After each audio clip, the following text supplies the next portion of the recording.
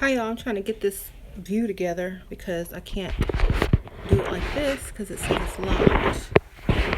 It says orientation is locked. Rotate device back. Okay, I don't remember locking it. Oh.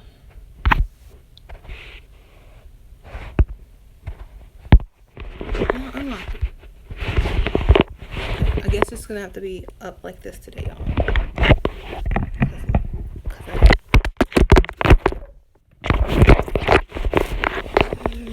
Oh, technical difficulties. Okay. Hey y'all. Um, it's gonna have to be like up and down like this today because I lock my rotation for some. I don't know. Okay, so we're going to be talking about these ladies. These, I call them, a lot of people call them mammies, people that mother grown men and try to help them become the man that they were already supposed to be. They're enabling a lot of guys to be mediocre and to um, do less and to expect way more from women than should be expected, you know? So I wanted to talk about that. Um, Hi everyone. So as you know, I do have a Facebook group, and it's there's only there's not a lot of people in it. I'm not letting everybody in just yet. I will let more people in next month. But a lot of people that came into the group were not really for the group.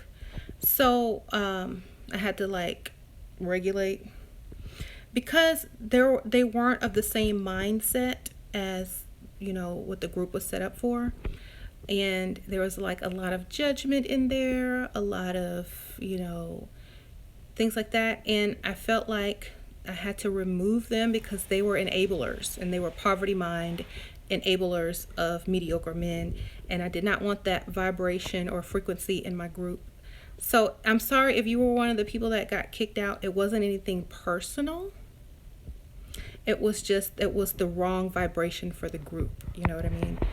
We're still cool. We're still friends, whatever. But it just feels like the vibration had to change. You know what I'm saying?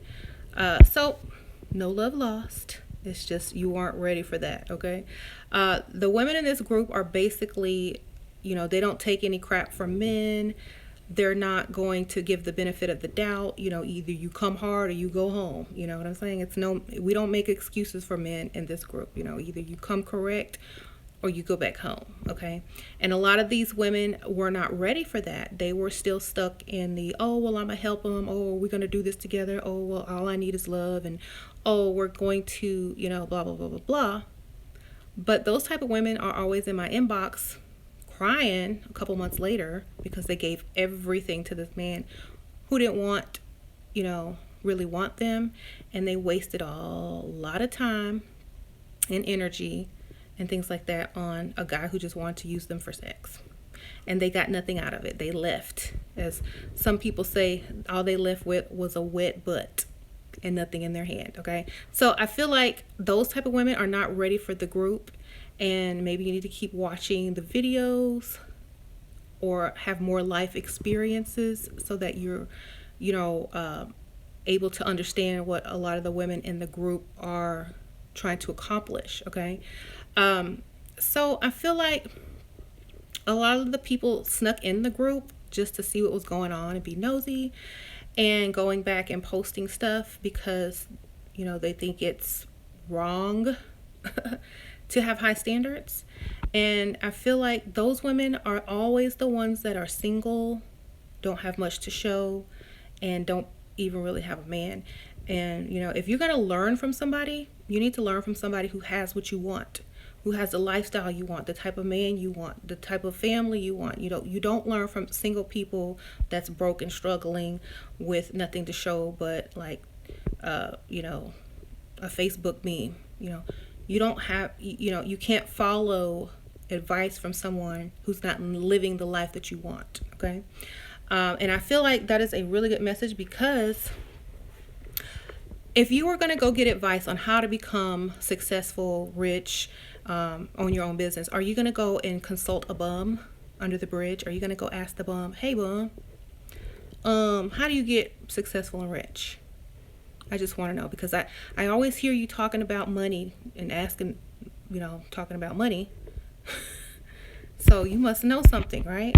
No, you don't go ask them. You go ask someone who's already there, So I had a lot of mammies giving advice in my group, and, I felt like it was bad advice. It was wrong advice. I deleted the advice. It was advice I wouldn't give to my dog. And I'm sorry that, it's just, I can't have that mindset in the group, because all is mental. If other people start reading that and believing it, it's going to change their whole entire life. Just like a lot of people say, oh, your videos changed my life. Well, that's what they're supposed to do. They're supposed to change your frequency. Now, you don't want to go backwards by letting poverty minded people back into your life. Like, this is just in general. Like, if you've gotten away from people that drag you down and talk negative, and your life started improving, as soon as you let them back in, bad stuff starts happening, because they're dragging you back down to that basic level, So, I'm very spiritual. I'm very knowledgeable, but I'm very realistic. Okay. I'm very realistic, and I look to the future.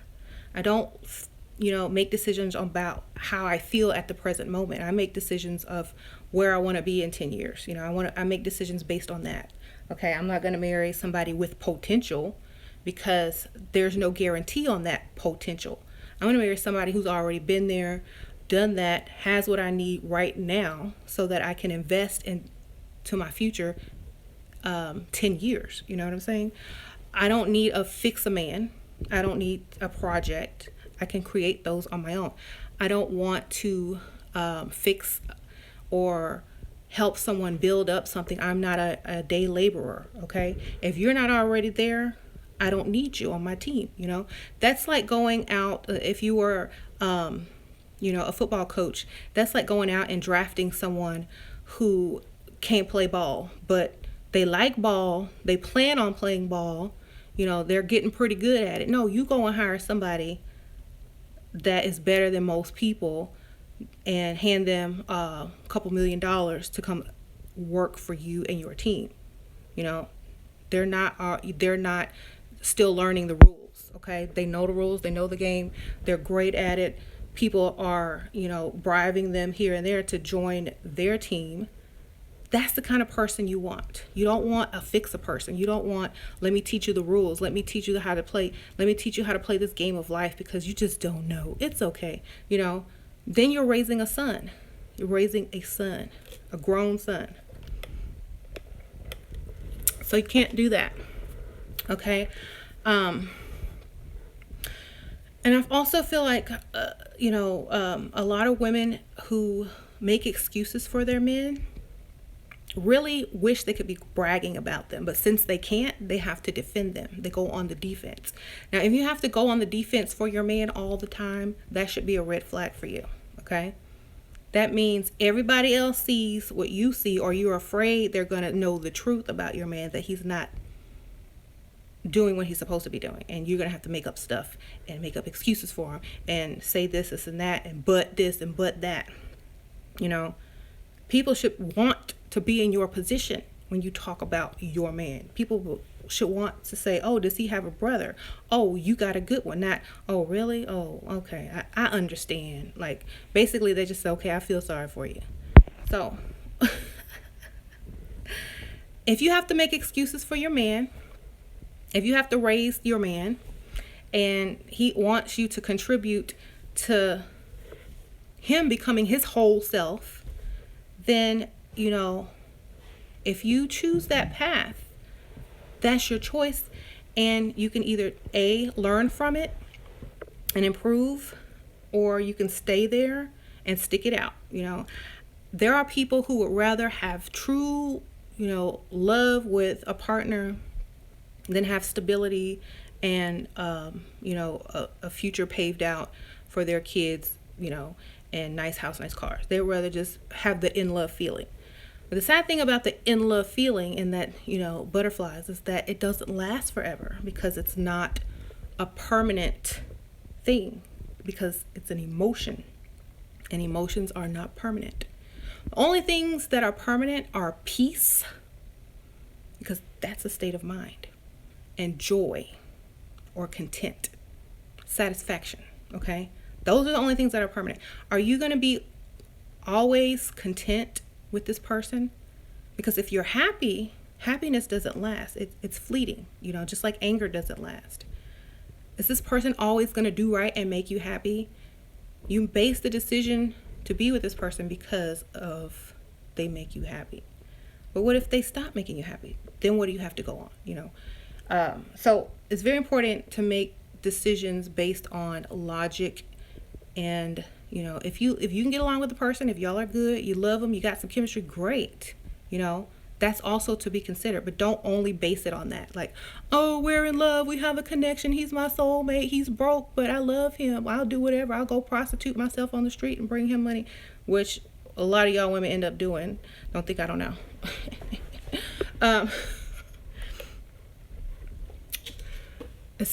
Some of these women who look so wholesome, very wholesome, they are the dirtiest women you will ever meet. Okay? Now I'm just going to tell you that. You might not wear a stitch of makeup, you might dress in rags, but you are doing some stuff that most of us women who wear a ton of makeup, short, tight clothes, or,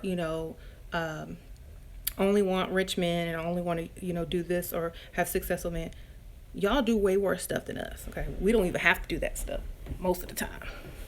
So I'm just saying, okay? Don't think just because you don't wear makeup and flashy clothes that we don't know what y'all are doing. Because I've heard some stories. Yes, I'm getting messy. Like Joanne the Scammer, I'm a messy. But we have to talk about this because it has been gone unsaid too long, okay? It's been gone unsaid. I like to empower women, but you also have to hear your flaws as well in order to improve upon them, and to stop judging other people. Like, you got to look at yourself in the mirror sometimes. Yeah. Just because you don't look a certain way don't mean you're not a certain way. Okay, so yes, I got my tea. I'm sipping my tea.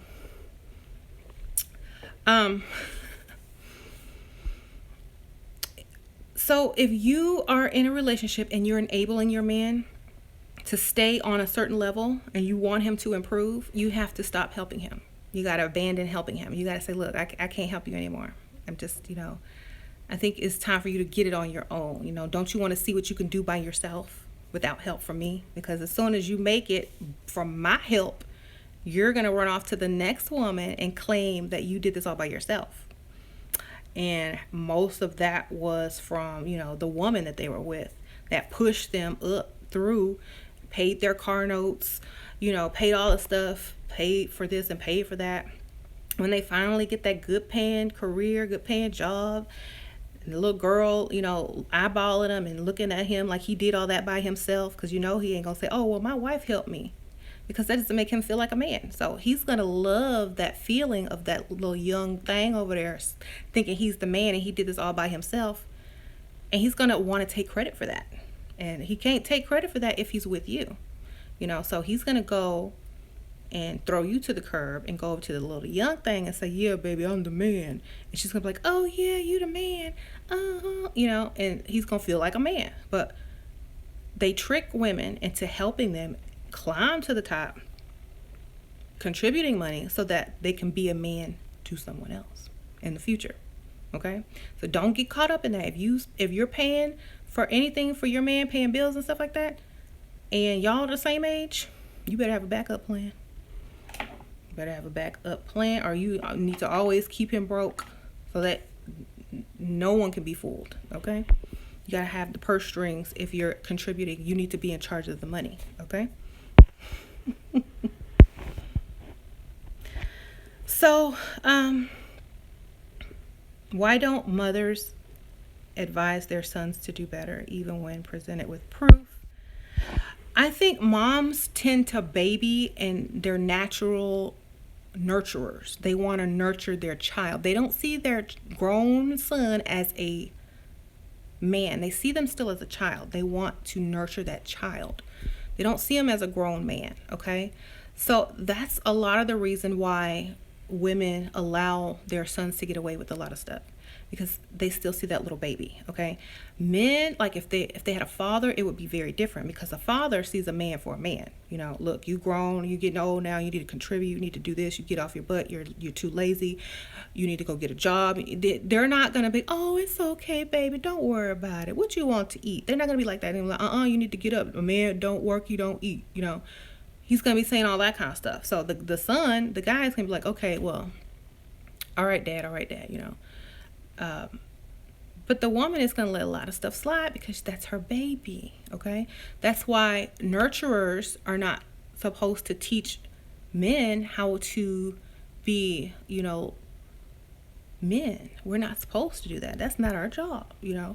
We're there to nurture them after their father has taught them lessons, okay? Now, if you don't have a father and you only have your mother to go by, well, once a man gets a certain age, he has this ego and he doesn't really care what a woman thinks about him. He's a man now, so he's going to do what he wants to do. You know, he doesn't like to be told what to do. So, oh, now they're nagging me, you know, oh God, you know, but they don't realize the woman is just pushing them to be better, you know. And it's sad because they weren't taught how to be a man, you know. There are YouTube videos on how to become a man, what you need to do, what steps, you know. If you don't have a daddy, go find a play daddy, a mentor, a fake daddy on YouTube that you can just watch their videos. But at least start walking into that direction. You know what I'm saying? I feel like it's a choice. If you want guidance, if you want what the next guy had who had a father, if you want that confidence and that, you know, upbringing, background, if you want that discipline, if you want that tough love, you need to go get it. If you weren't given it, you need to go find it. It's up to you now. You're a grown man. You know, women can't baby you anymore and then respect you the next second. It don't work like that. Either you the baby or you the man, you know. So if you find yourself in that situation, you need to go and seek guidance from a male figure who wants you to be a man, not wants you to be a boy, not gonna pacify you for being mediocre, but someone who wants you to be your best self, okay? Not your mediocre self, not the self that nobody respects, okay? But the kind of man that everybody wants, okay? That's what you need to be. When the dad dies at a young age, it's worse, yeah?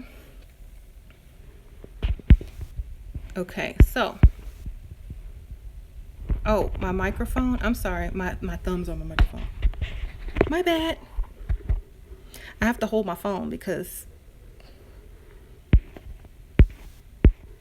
the tilt is off. Okay. So, my ex's mom kept and is still keeping the son's shit a secret as to make him look good like a king to everyone else. I'm glad I brought those bridges. Yeah. A lot of moms will cover up, you know, their child or their son's, you know, shortcomings because they want to secretly brag on their child. They want to say, oh, my son do this, my son do that, but they can't, so they got to make up stuff and lie. And that's sad when you have to make up and stuff and lie to your friends and family about your son who's a loser, okay? Same thing with a woman. You got to make up lies and excuses for your man to make him not seem like a loser to everybody you know. That's a red flag, you know? You ain't with a man, you with a child. So if you find yourself doing that, it's time for your exit plan to begin, okay? Because if they were going to change, they would have already changed by now, or they would be changing and doing things that show results, not just talking about it. It gets on my nerves when women say, well, he said this and he said he was going to do that and he talks about this. I don't hear anything about he did this or he's doing that. I hear talk. Okay. I can talk all day and I can tell you something and not get out of my chair. And I will tell you that I accomplished 10 things today, still sitting in this chair, you know? Oh yeah, I went outside and mowed the lawn. Oh yeah, you know, I went grocery shopping. I could say all those things, but that doesn't mean it's true. Okay? So stop talking about what they talked about. What have they done? You know? What have you done? Where is your evidence? Where is your proof? What is the result?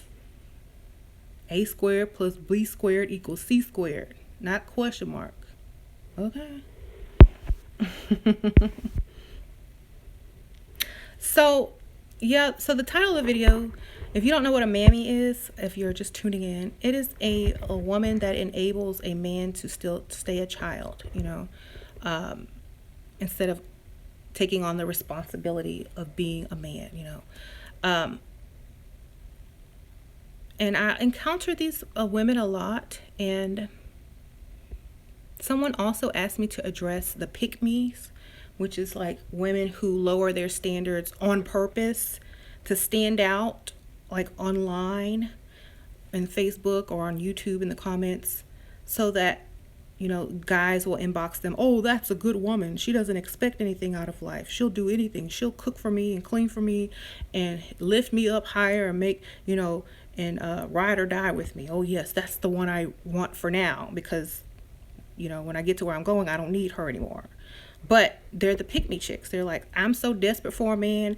I'll say whatever you want me to say if you just give me some attention and give me a chance. You know, these are usually the most low self-esteem women who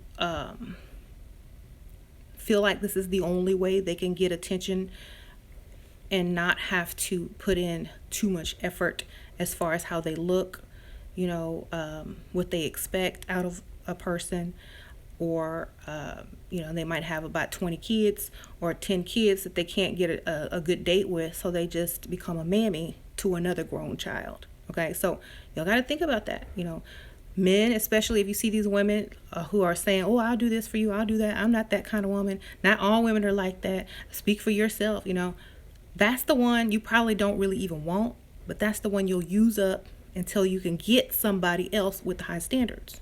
And you already know that's true. You'll use that one up and then go for the one you couldn't get before. After she's done put money in your pocket, food in your stomach, pay for this and that, you know, after she's done all that and you've gotten on your feet, you're not going to stay with her. You're going to go for somebody who has standards and expectations that you can now meet, since the mammy helped you get to that next level. Okay? And I'll tell a lot of women this: if you're doing that for a man, don't be mad when they leave you for another woman, because you are helping them leave you. You're helping them leave you. So I'm gonna tell you straight up: if you're helping a man, you're helping him leave you as well. Men don't need help. They're men. Okay? They're built stronger, more stamina, more muscle. You know, logical thinking. They're not meant to be nurtured and babied at a grown age. Yeah, it's good. Affection is good. Laughing, you know, loving is good, but not like that. Okay, they need to feel like a man. So, what if the man fell off? Should you help him or give him time to get back on his feet? If the man fell off, that means he don't have no plan B. Okay? If the man falls off and doesn't have a plan B, he fell off probably on purpose and only got with you because he knew you could help him. Notice, men that fall off don't get with women who can't support them. Think about it. If he shouldn't be able to fall off. He shouldn't be able to depend on you. If he fell off, he should get right back on, because you're not supposed to even offer to help him. Okay, you're supposed to be like, oh no, that's too bad, I hope you get another job quick, because you might lose your car. Dang, you're gonna have to move back to mom's house, you know, to your mom's house. You should not be an option. Okay, You should not be an option.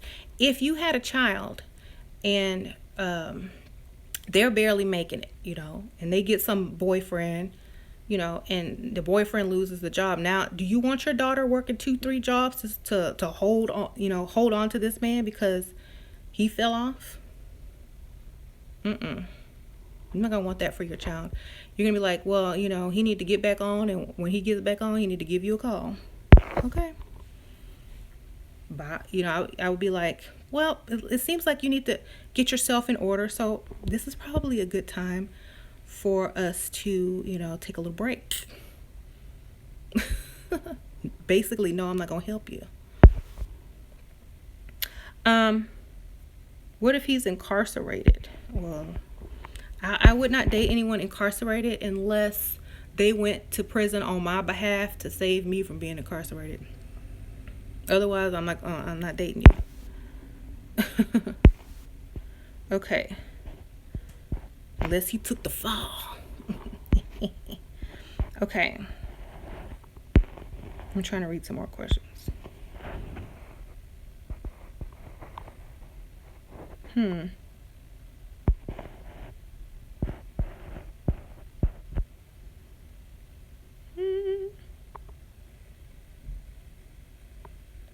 Okay, this Mimi says, when her husband fell off, he was back on his feet quick. He would rather die than get help from a woman. I used to get mad about it, but now I understand. Yeah. That's true. Like, a lot of men will become depressed because they can't, provide anymore, and they worry that you're going to leave them and upgrade on them. That they should be, because that's their motivation. Okay? Don't worry about their feelings. They're not supposed to be feeling anything at this time. They're supposed to be looking for a job. Okay? You don't have time to feel. Get up.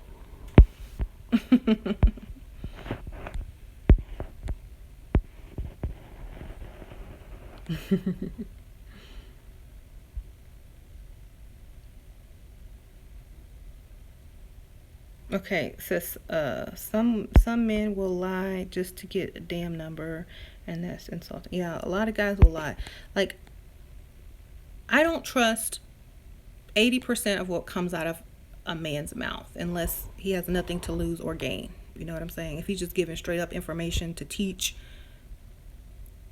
yeah, you can take that, more seriously. But if there's something that you have that he wants, don't believe nothing he says until he can prove it. Okay. And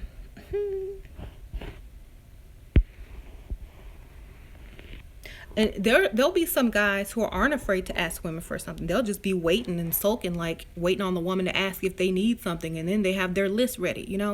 Don't ever offer a man. Don't ever say, do you need anything? Don't ever say that. If you're trying to be compassionate, say, well, do you need me to help you find a job? Do you need me to call around a few friends to help you get employed? Do you need me to help you with your resume? Do you need me to give you some money for lunch? Nope. Don't even let him starve. A starving man will have ambition. Okay? A hungry man will get up and figure out a way to eat.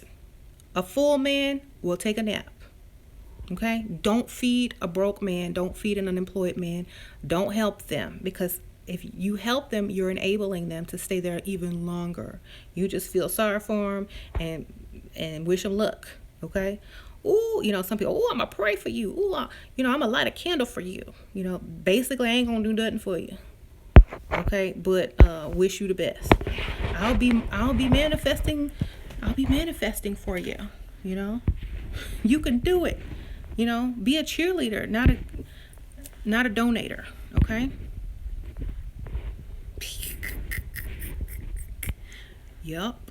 That's like back in the old days when people were hungry. They got real good at hunting. They figured out tricks and ways to catch animals. They built traps because their stomach was growling. Ideas come quick when you're motivated. They don't come at all when you have everything you need and somebody's got a spoon in your mouth and telling you it's going to be okay, baby. No. Get up and get out and figure it out. You know, you can do it in a nice way. Oh yeah, I know you can do it. I know you're gonna get a job today. I have a good feeling, and I'm very intuitive. You know, not no. Here's $5, baby. You can go get something to eat. Nope. Better hope they got free breakfast.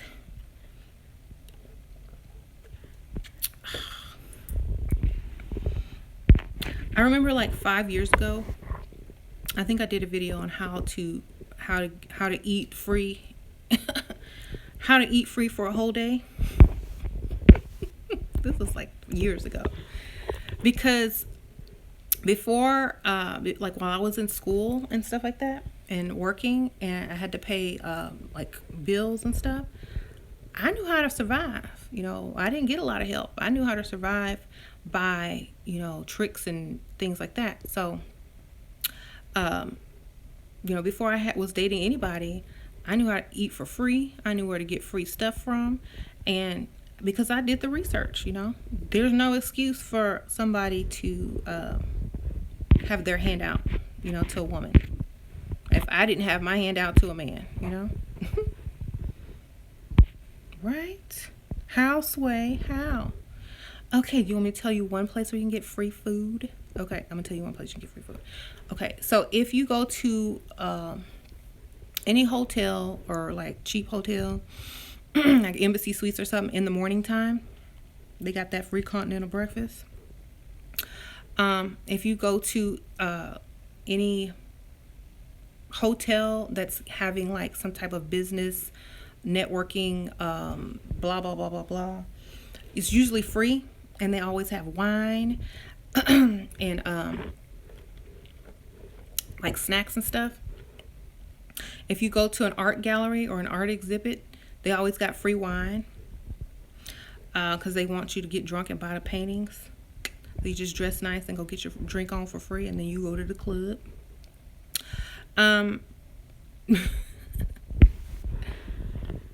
Let me see.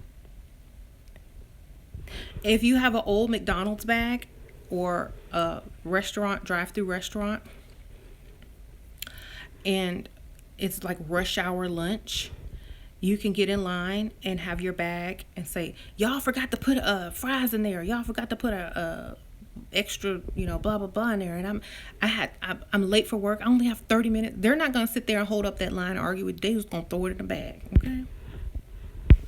Yeah. Joanne the scammer, for real. So people used to do that to me all the time, because like when I was 16, I think I had a job in the drive-through of McDonald's, and a lot of people would do that, and I knew they were doing it, and I just thought it was funny, and I said, oh well, drive to the front, and if the person was dumb enough to give it to them, oh well, lucky them. Go when it's super crowded, because they're not going to hold up that line with you arguing. If you go in and make a scene, they'll just give it to you to shut you up too.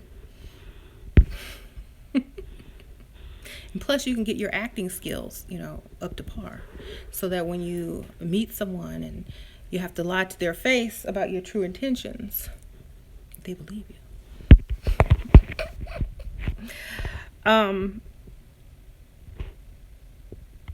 Okay, Shira, please help me. I've been in a 7-month relationship with a 25-year-old. I'm 31. When should he commit? I have 2 kids. He lives 2 hours away. I'm making excuses. Oh God.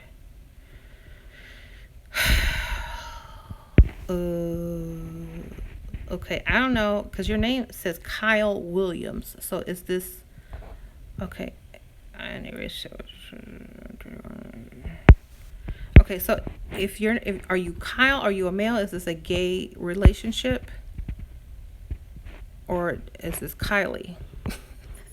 Okay, so if you're a man, if you're a woman, you're dating a 25-year-old and you're 31. Basically, you're dating a child. Okay.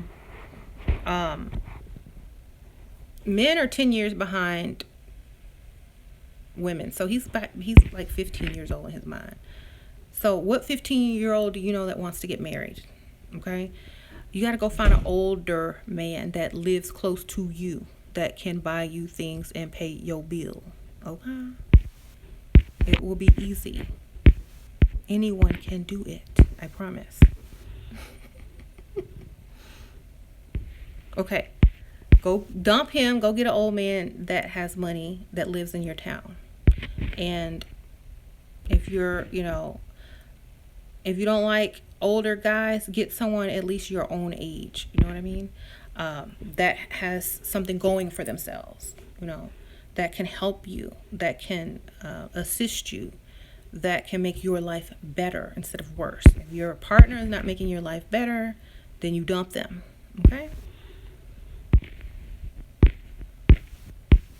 Besides, how can you be in a relationship with someone that lives 2 hours away? That don't even make no sense. Like, I'm not driving that much for anybody. I'm sorry. Y'all better move close.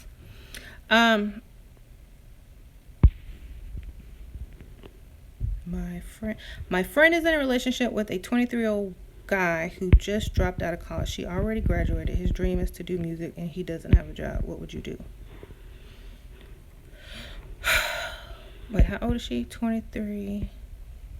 Okay. At 23, I was on a mission to be successful, okay? And anything that was in my way and holding me back, I was kicking to the curb, okay? If you weren't helping, then you're hurting. So I think she should, give him about a couple of weeks to get his stuff together, pack it, and find a place to stay, and tell him good luck with his music career, and you're his number one supporter. But you gotta move forward.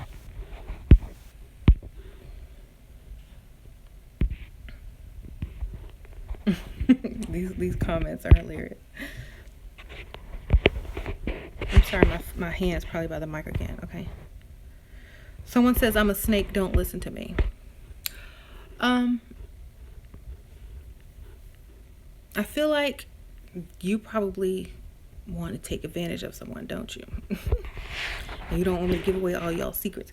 I feel like if you're not doing anything for a woman, but eating her food and sitting around and, using up her electricity, then you're disposable. Okay? So you can go do that at your mom's house, and she'll love you unconditionally.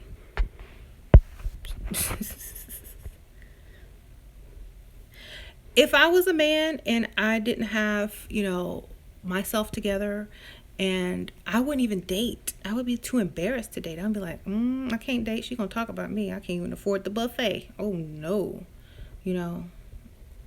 I will not date, okay? I might buy you a drink at the bar, but I'm not going to ask for your number. I might give you a compliment and, give you a conversation, but I'm not finna date you because I'm broke. I don't have money. I am mediocre. I can't impress you. I can't even impress myself or my mama. So why do I need to be dating? I don't deserve to be dating. I can't even get myself together. Why would anybody else want me? That's what I would be thinking if I was a man. I wouldn't even try. I'll be like, let me get myself together first, because when I start dating, everybody gonna be in line for me, because that's how good I'm gonna be. Not dang, I'm gonna have to lie and cheat and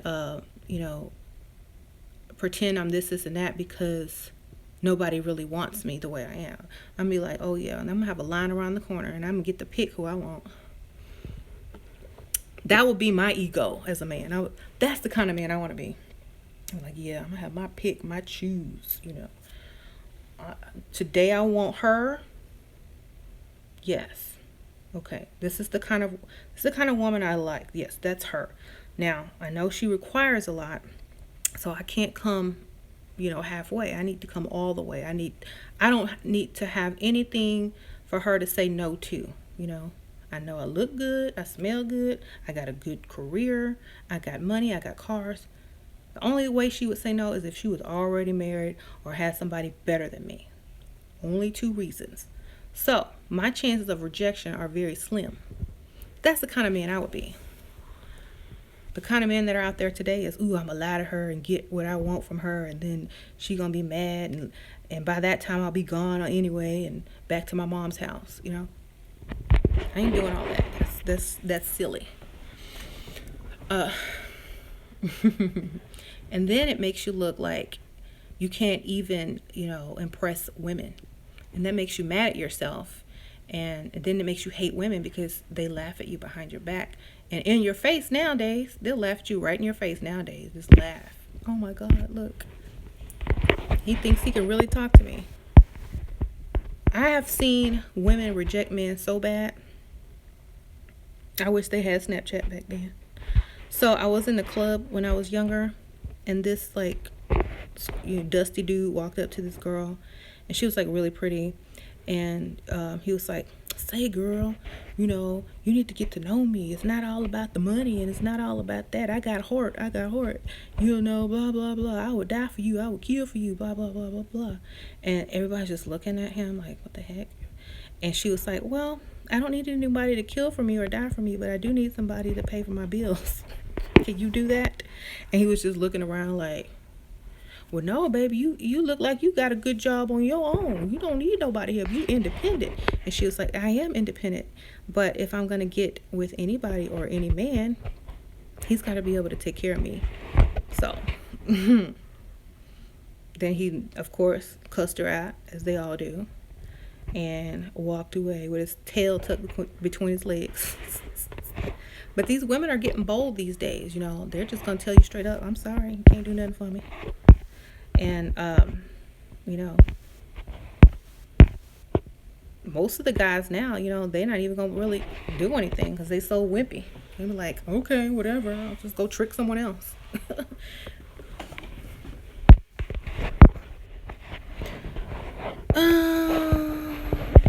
Okay. I'm gonna try to put my phone, because this stupid thing is like, I'd locked my phone somehow and it won't go sideways. Yeah, it won't go sideways. I'm gonna try to do it this way. Yeah. I'll just, dang, look at the seat.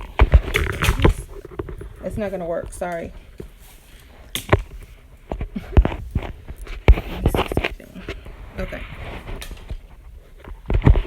Maybe I can put it down, like, against my computer screen. That may work. There we go. How you doing? Is that better, y'all? Okay. So, I know a lot of guys are upset, but we don't care. Like, we don't care. Like, if y'all are on this video at 3:55 and upset, we already know your story. Okay? Your story is you don't have anything else better to do because you haven't created a purpose for yourself yet. Okay? I don't know what you're doing.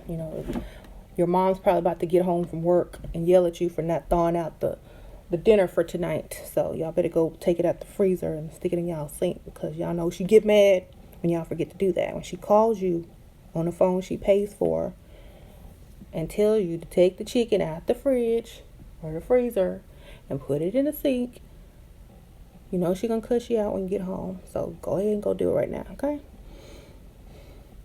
And wipe the toilet seat in the guest bathroom, because she hates that too. They got them Lysol wipes now. Tell her to buy those at the grocery store next time she go, after giving her your list of stuff you want her to get for you. Okay.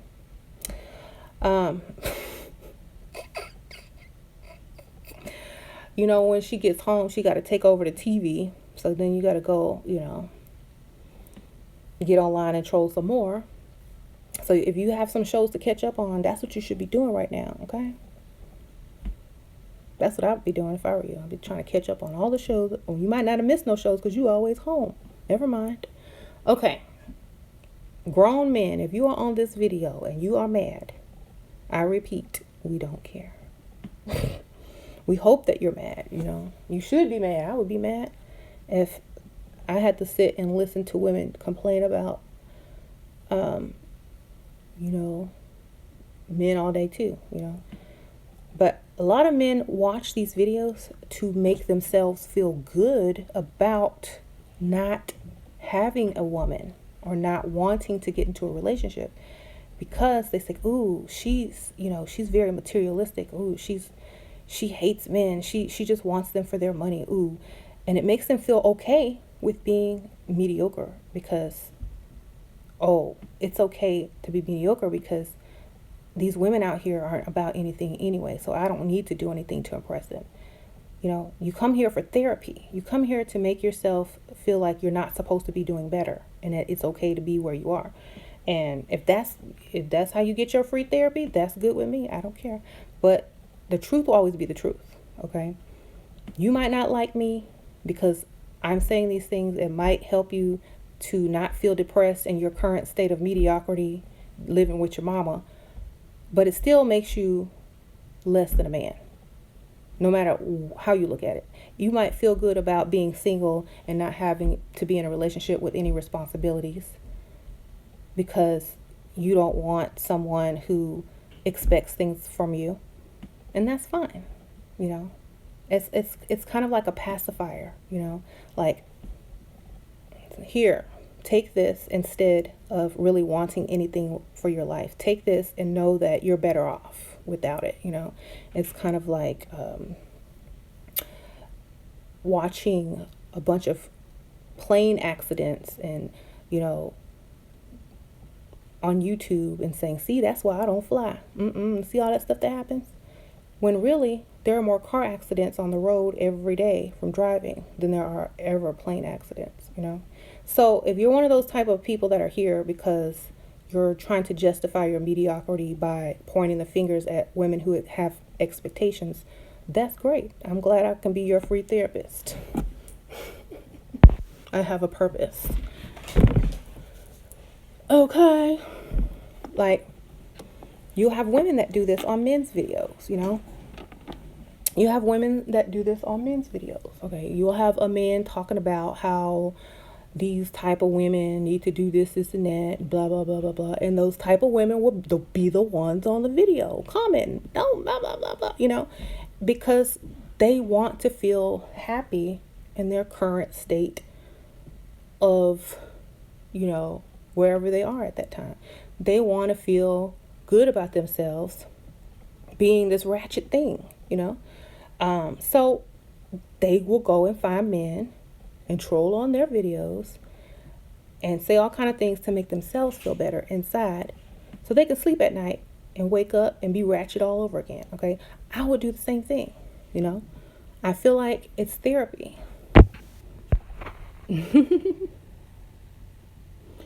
Anyways,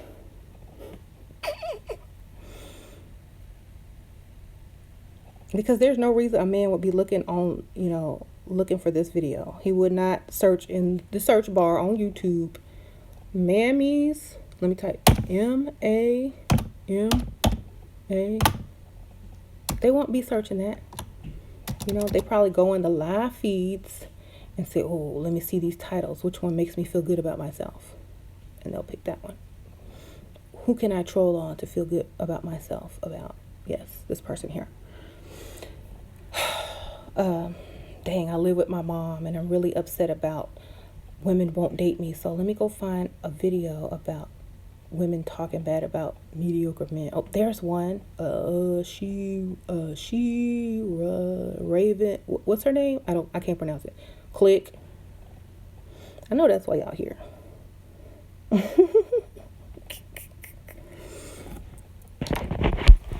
But at least you're here. Thanks for being here. I will be your therapy today. So, what some men with money who don't even have these problems, they can't even fathom what you're going through, and they don't know what it feels like to be broke or poor, or for a woman to cuss them out or talk down to them. So they hire a woman, a dominatrix, to talk shit to them because they can't experience it, like, 'cause they too good. No one would dare say something bad about this guy. He's a millionaire. He got money. He takes care of everything. He buys purses. He's a CEO. No woman has ever cussed him out, and unless she was probably divorcing him and taking half his money. But on a regular basis, he got a bunch of yes people around him. He can't experience mediocrity, so he pays for it. Just like you're here trying to experience feeling good about being mediocre because you feel like you're dodging a bullet from women like me. So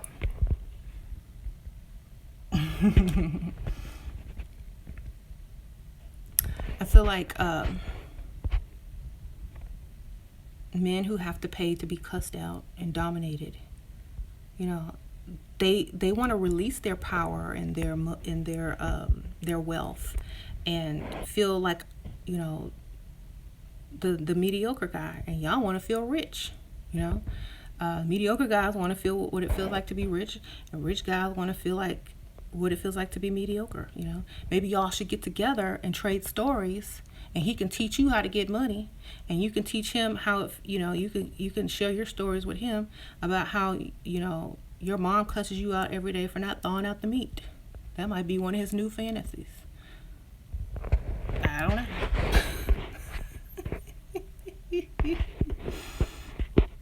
Y'all know I have a lot of time to think about this kind of stuff because, you know, the psychological makeup of mediocre men is not that hard to figure out. You know, it's obvious.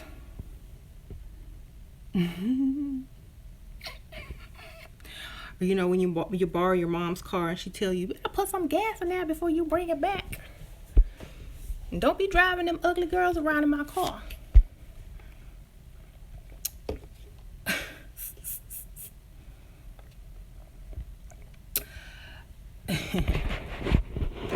Yes, you know, my kids are out for summer. Let me put this phone back down. I'm tired of holding it. My kids are out for the summer, so they probably eavesdropping outside the door.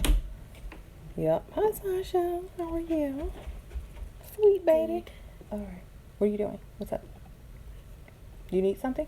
No. You just eavesdropping? What's eavesdropping? Listening in on the conversation? All right. Bye. Go clean up your stuff, too. Speaking of these people cleaning up, go clean up your mess. Bye. Sasha out there eavesdropping. What's eavesdropping? She's standing right by the door.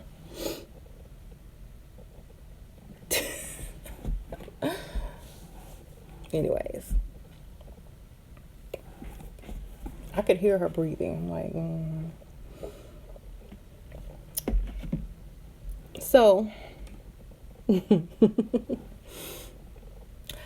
know, I really don't like to bash men, but when y'all come on my channel, y'all come in here to get punished. And I'm just telling y'all, I mean, the trolls. Like, if you come in here asking for legit advice, cool, you know. But if you come in here trolling, you know what you came for. Even if you don't want it or not. If you thought you could troll on this channel, you thought wrong.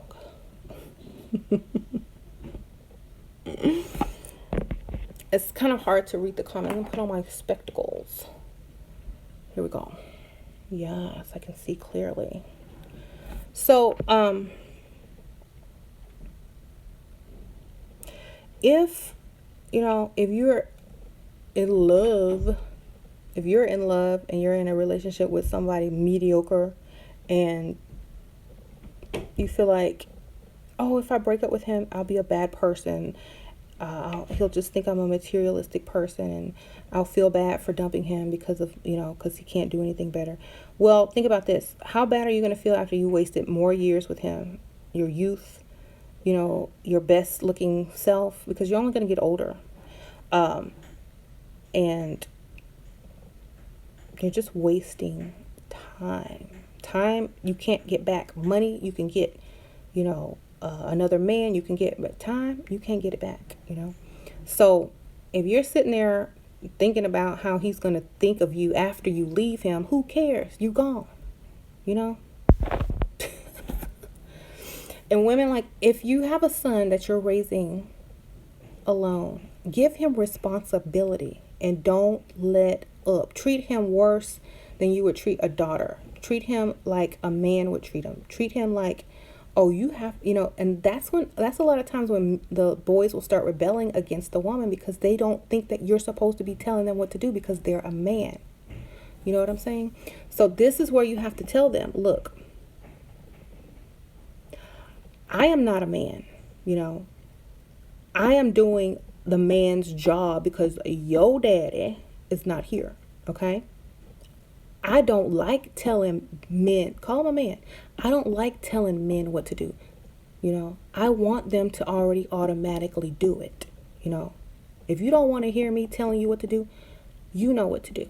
I shouldn't have to ask you, and then tell him, I respect you and I want you to be the man in this house. I don't want you to make excuses. I don't want you to try to get out of doing things because that's not what a man does. If you had a good example of one, I wouldn't be talking to you right now, but you obviously you don't. Let me find you some videos on YouTube to help you understand from a male's perspective what you need to become. And I will sit them down in front of the computer, find them a good mentor on YouTube to watch, and then ask him questions about it later if he needs to discuss it. But I'm not going to sit up here and nag him to where he resents women and hates women and don't want to listen to a woman and doesn't know why he has to do these things if his sister's not doing them. I don't want to have to go through all that. I will sit him in front of a mentor online, which is great. You can hire him a life coach and say, look, I need a life coach for my son. I need a male role model. I need you to talk to him, every day or every week at 5:30 on Friday. Set up something. Let him know that you understand that you can't teach him how to be a man, okay?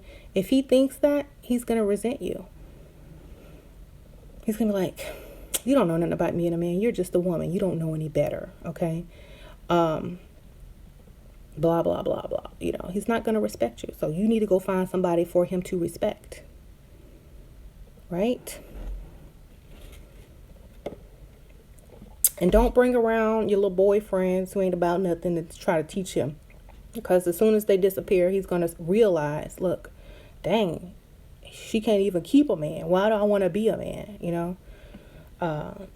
So you need to find some stable mentors for your sons.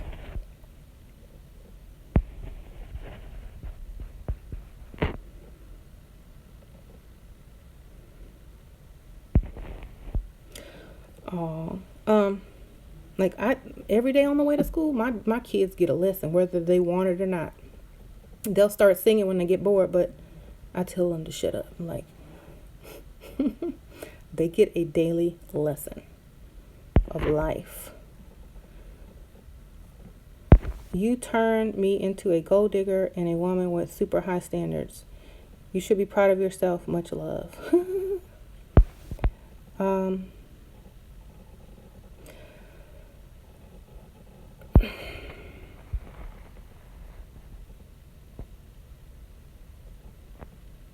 Well, it's better to be a gold digger than someone who's paying a man's bills.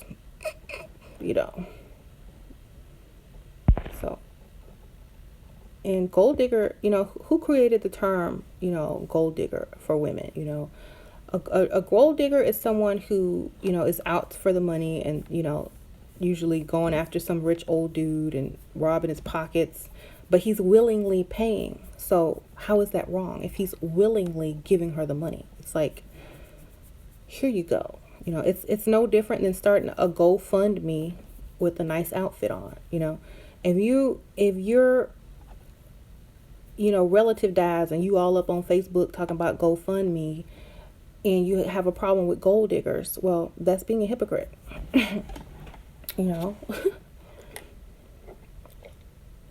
If you asking your mama for money and you online in 2 seconds talking about, oh, these gold diggers, you a hypocrite.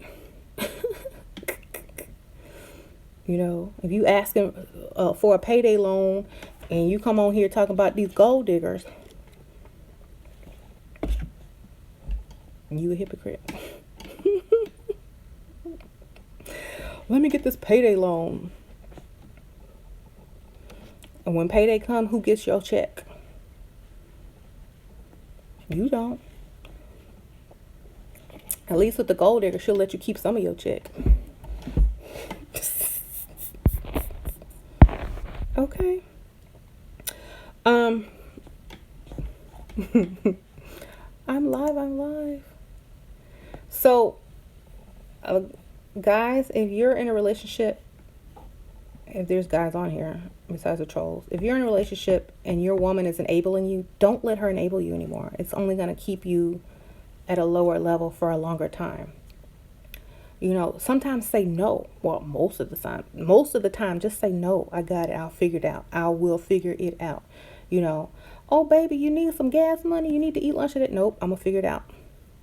You know, oh, baby, do you need anything? No, I'll figure it out. You know, and let her know that you're not pushing her away. It's just that I want to do this on my own so that I can feel good about myself. You know, if you're helping me, you're not going to respect me. You're secretly going to resent me. You're not going to want to sleep with me because now I'm your child, you know. So let me figure this out, you know. And that's the time where most people come up with the best ideas, when they are put in a position where they have to escape. You know, when you have to get out of a struggle, you'll be stronger, wiser, and have something after you get out of it, you know, as a man. Your best ideas come when you're under pressure, you know. You might have a good idea to start a business or something like that while you're unemployed. If your woman's not giving you money, you know, you might be like, well, I'm gonna go wash some cars. I'm gonna go down to the car wash, and you might start washing cars and you know, talking to people and seeing nice cars and guys driving nice cars and blah, blah, blah, blah, blah. And you say, you know what, maybe I need to start a car washing business. I mean, these people are getting paid. I'm getting paid minimum wage to sit out here and sweat in the hot sun. Why can't I have a mobile car washing business where they call me, I come to their house, wash their car, collect the money, and go right back home and sit my butt down on the couch? Why can't I be that smart to think of that? Why? Because my girlfriend and my mama is handing me money, and I don't have to. I don't have to even think past, what am I going to eat today? So by you giving them money, you just stopped what, you know, their greatest success could have ever been. By you giving them stuff, you just stopped their thought pattern from progressing to the next level of what they want in their life, you know. By giving them and enabling them, you are keeping them in their mediocrity. And any woman who does that, she might think she's doing good because women are natural nurturers. But what you're doing is hurting them, and you don't even know it. It's kind of like, you know, feeding a wild animal, and then when you release them back into the wild, they don't know how to hunt, and then they starve and die. You can't do that, you know.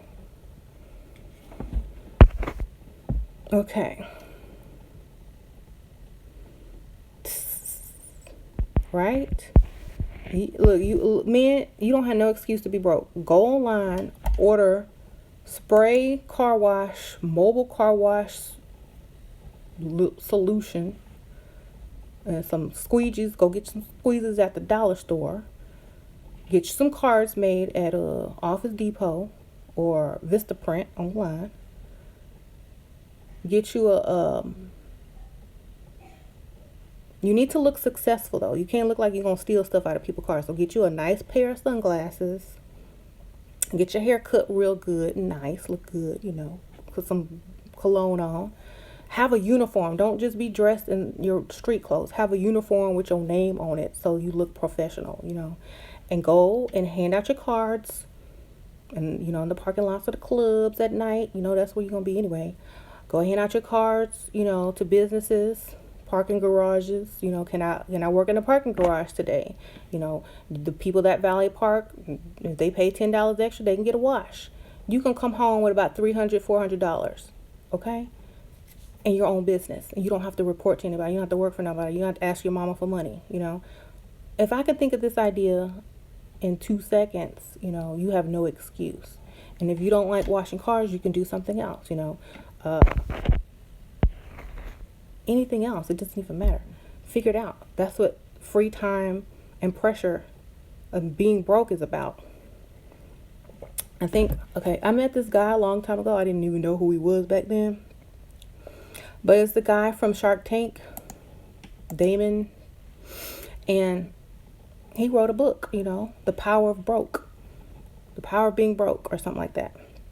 It is in your brokenness that you find what's going to make you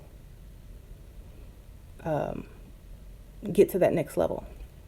If your woman won't let you be broke, if your mama won't let you be broke, you can never get to that point to where you actually want to go do something with your life, So suffering is good for men who are mediocre and have to find something to do. They need to find a purpose in that moment. If they can't suffer enough, if somebody's always helping them, they will never get to that next level. And if someone else suggests it to them, they won't even take it seriously because it's not a necessity at that time, You got crackheads walking around begging people to do some type of odd job for them, But if they had a girlfriend or a mama that would give them the money, they would be the snootiest crackhead ever. They're like, I ain't doing that. No, I don't want to pump your gas. No, I don't want to mow your lawn. They're going to be like, no, who do you think I am? I have a mother and a girlfriend. I don't need your handouts. Okay, they're going to have a bougie crackhead, y'all. And y'all did it. Y'all did it. There are bougie crackheads because women give them money. Oh, he gonna get better. Oh, he gonna stop. He don't do it as much as he used to. Oh my God. Like people that come to me and tell me these stories, I'm like, I didn't even know they still did crack. I thought that was like from a long time ago.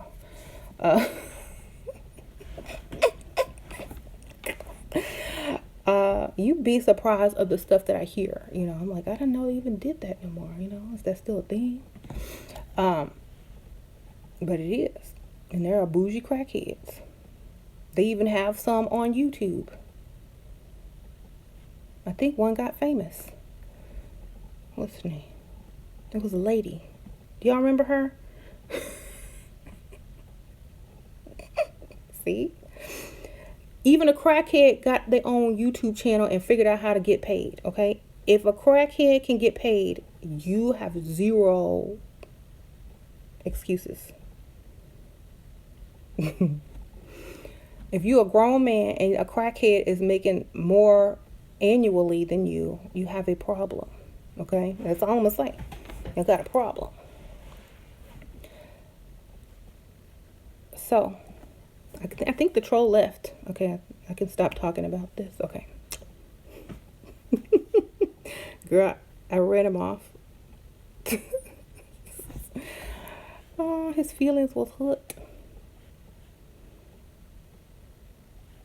Okay. I'm reading these comments. Okay. Want to leave my cheap man husband. I'm 25 years old, stay-at-home mom with no degree, with 2 kids under 4. I don't want to lose my kids and be broke. What is a good escape plan? I really need your help. Okay, you're 25-year-old and you have 2 kids and you have a cheap husband. Okay, if he's paying the bills, you need to stay. Okay? Because if you leave, you're just going to struggle even worse. Stay with that man. When your kids get old enough to go to school, let me see how old they are. They can start kindergarten in the at 4 years old. When they start kindergarten, you go get any type of job, figure out how to work for yourself online or something. Sell pictures of your feet to freaks who like feet, foot fetish people. I don't know. Do something, but start saving your money. Let your kids go to school, start saving your money. Have a backup plan. Get your money up. Don't tell him about your money. Start a separate account. He don't need to know nothing, okay? When you have enough money to leave and live better than you're living now, then that's when you leave, okay? Plus, you can get child support and have extra money for your hair and nails. As men think that's what we do with the child support money. So, yes, that's my suggestion. Might take a couple years, but if he's cheap and he's not making a lot of money, if you can save up by working online or doing, starting your own business or whatever, doing crazy, odd ends and odds and stuff like that, then more power to you. But don't leave now. You're just going to put yourself in a worse position. If you don't have any bills to pay and you're living rent free, you better find a hustle on the side and save your money.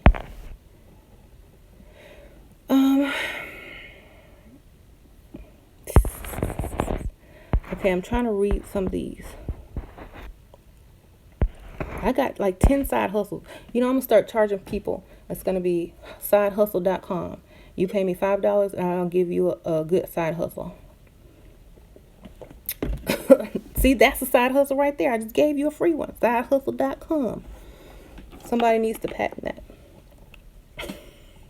Come to me when you lose your job. Come to me when you have no hope. Come to me when your mama stopped giving you money. Come to me when your girlfriend says no. You lazy. I got your side hustle. $5. Okay? How do you propel your business when no one knows who you are? I've been trying to do PR. Okay. Negative, chaotic, crazy things get attention. Not good things, not regular things, but drama. You have to create. You gotta be an alchemist almost to create a buzz about your business. Make up something like there's Photoshop these days. You can create something. To get your business name out there. A lot of people use Photoshop to put their business name on like the T-shirt of like Obama, and people will look at that like, dang, Obama. Wait, that's fake. And they might click on it, and bam, you're in there. Okay. Some people will have that sign of Michelle Obama holding up this sign. It'll have a business name in it. You need to go shop at such and such. Use your imagination. Okay. Boring does not get clicked on. Boring gets scrolled through. Funny, weird, something that stands out, something kind of crazy and negative, people will click on it because that's what they're attracted to. Like, dang, what is this? Mammy? Oh, no, she didn't click. Versus how to be a successful young man. Scroll. Okay. So be creative in your advertising. Yeah. Controversy sells. Okay. The master of controversy in the 20th century was probably Michael Jackson. He knew that controversy sold. He put a lot of the stories out himself to the tabloids, like back in the 80s, to get this attention, to make him seem weird or odd, because that's what people were like drawn to, so he knew that and he used it to his advantage, and then everybody else started doing it and it became overwhelming. But he's the most famous musician, entertainer that ever walked the earth because of it, good or bad. So figure out how to create a buzz around your thing. If you're getting business card made, don't get the same old boring business card. It has to stick out. People have to want to keep that card. Ooh, this is a nice card. Have something strange on it, like a weird symbol, or a funny face, or like just something funny, or a quote on the back that's hilarious, or some people put jokes on cards on the back. Just do something out of the ordinary. You have to stand out. Yeah. Series 7. Some are very effeminate and psychologically identify as females. I believe inner effeminacy creates mediocre men.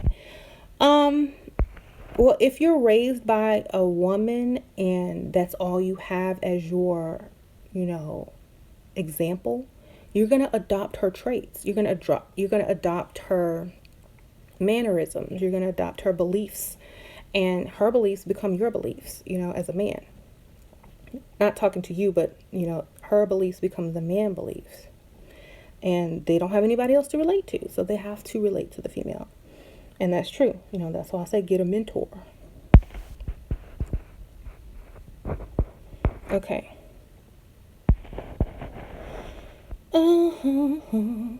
Okay. Do most female businesses stay successful or fail?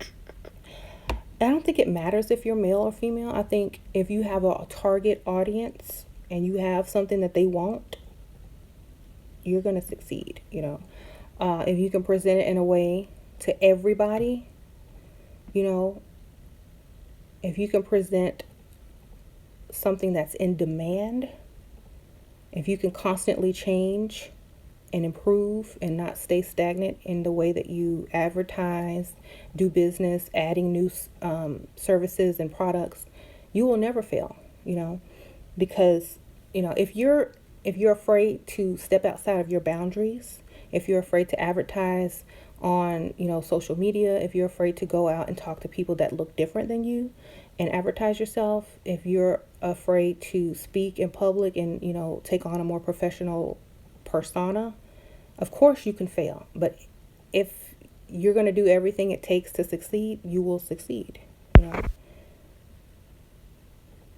I've had like 10 businesses, some of them failed, some of them thrived, it doesn't matter. I got knowledge and lessons, and it made my next business even better and more successful, So I feel like the more you fail, the more you learn. The more you learn, the more successful you are the next time. So, like right now, how many businesses do I have? I have 2 businesses right now, and they're doing pretty good. So I don't think I'm going to be failing anytime soon. And if I do fail, I got a lot of money saved from them successful businesses, and I got a husband who pays all the bills. So all that money is mine. All that money is mine. So a lot of people are like, well, what do you do with that money if your husband pays all the bills? I save it so I can buy me a business in the future, another business to make even more money. I'm gonna be making more money than my husband then. But yeah, I'm fortunate enough where I don't have to pay any bills, and I can save everything that I make for my kids and their future, and if they ever need something, or emergency situation, or vacations, or whatever, I don't know. I'm just saving to save.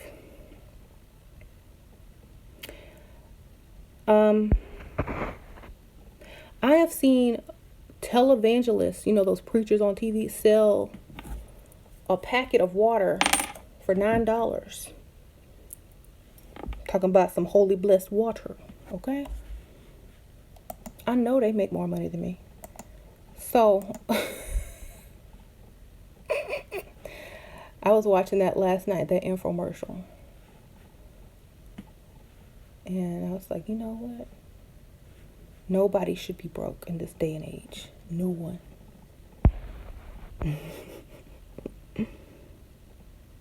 Is it sad that I strip for money? Nope. It's only sad if you think it's sad.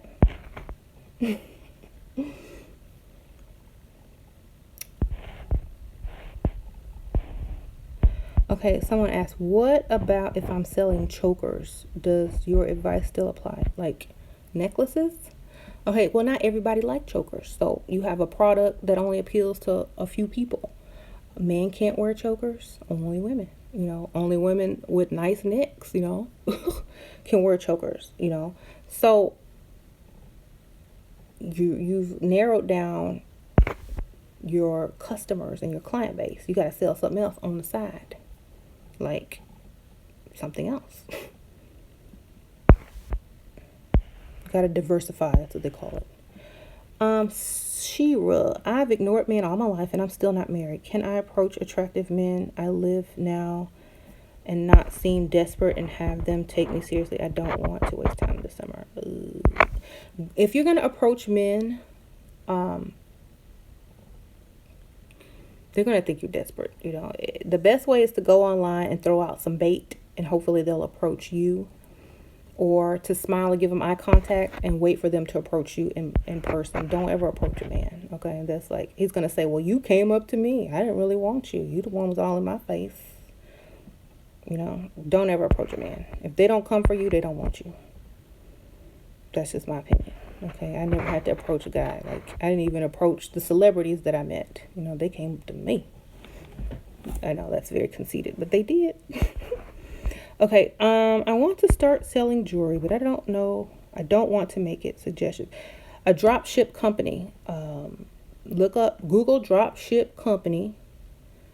Basically, you just set your price on their product, promote it on your Facebook, YouTube, Instagram, and you get probably half of what you sell it for. And all you got to do is put in the order on their website. They will ship it to that person. You don't have to ship nothing. You don't have to make nothing. All you got to do is type and click. Type and click. Click and type. That's it. You know, you can make $50 in 2 minutes clicking and typing by using a drop ship company. Okay, if y'all are looking to start a business online for less than $300, drop ship company, drop ship merchandise. Okay. You're going to have to relinquish creative control if you're going to use drop ship. If not, you're going to have to spend a lot of money on material and products to create all this stuff. And then you best to sell it on Etsy. And then pay Facebook to advertise your store or whatever, you know, Amazon and all that. Put your stuff up there too. But you're going to use a lot more energy and time than you would if you just drop ship something that you thought was cute. You know, oh, that's a cute necklace. Look like something I'd make. But I understand the artistry. You know, I used to make jewelry too until I realized 10 hours of making a necklace that nobody wants to pay $50 for is not really worth it because they sell the stuff in Claire's. And, you know, you might as well just go drop ship it, you know, drop ship company on them and still get paid and have all your free time and you don't have to buy any materials, you know. I'm starting to feel hate towards the opposite sex. How do I stop and block blessings from me? Stop getting emotionally attached to the opposite sex. See them for what they can contribute to your life only. Don't hate them and treat them like money, okay? Now, you know, if you're poor or you're rich, you have a relationship with money. You have a function with money. You have a purpose for your money, okay?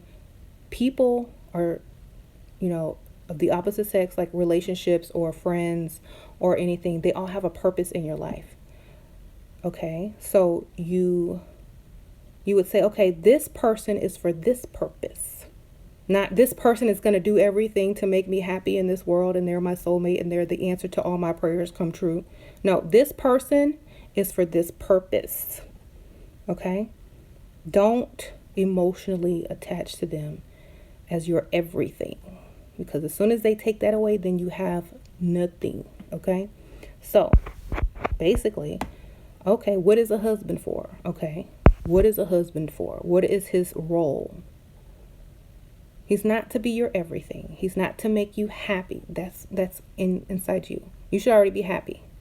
Okay? He's supposed to add to your happiness. He is supposed to be supportive of what you are already doing. Okay? He's supposed to be there to, you know, keep you company. Because, you know, you were alone before. He's not supposed to be there to listen to your story about work and girlfriends and your mama and your sister and the mess. He don't care about none of that. He's not supposed to, you know, care about all the stuff that you care about because y'all are two different people, unless it's y'all's kids. Okay, so don't attach yourself and be so clingy to one person to where they're your everything and you're their get out of my face, please. You know,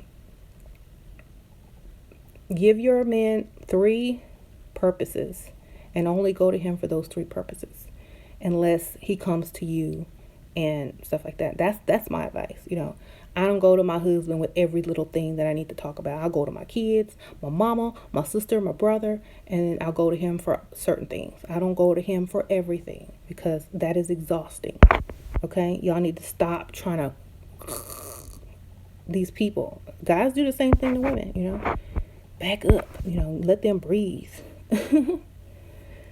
How should I deal with shy man like this person, but when I try to talk to him, he always shuts down things? Well, try somebody else. Okay? No look there. There's no chemistry. He shuts down. He's not interested. Men will become excited and animated around a woman they really like. Okay? Men will become like a peacock when they see somebody they try to impress. Okay? If he's doing that around you, he's not that interested. Okay?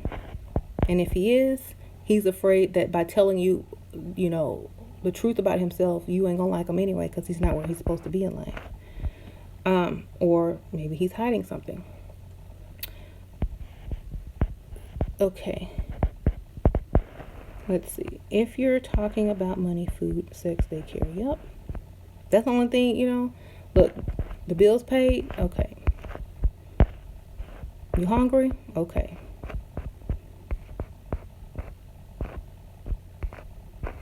You coming to bed? Okay. That's it. You get paid? Okay. Check. That's it.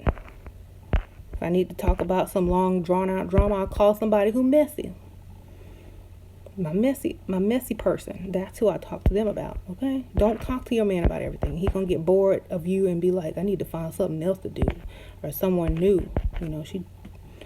I know everything in her life. I know every detail. I know the color of, her best friend's sheets. Why do I need to know that?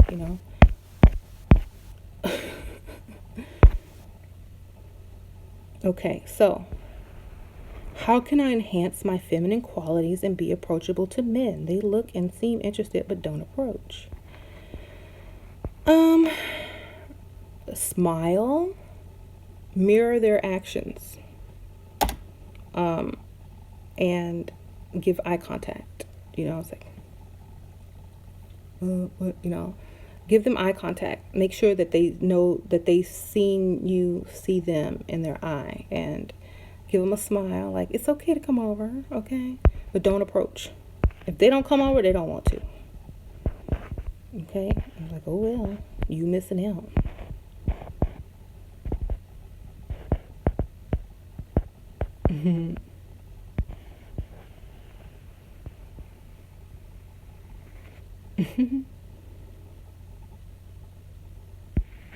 Some men are messy. That's why they're feminine ones. Yep. Okay. What do you think about men having close female friends? I don't think you have control over that man. I don't think he fears for his life from you.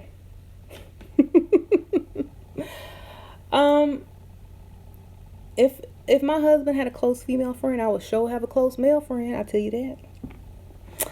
I think a man's close female friend is his wife or his girlfriend. Anybody else is competition. Okay. So you got to even out the score. Just get you a male friend. Oh, we just friends. I've known him since junior high school. When a man is that close to a woman and they known each other for all their life, they have had sex before. They might not talk about it. They might not say, oh, it just happened once. They might have got drunk and did it. But still, they've done it.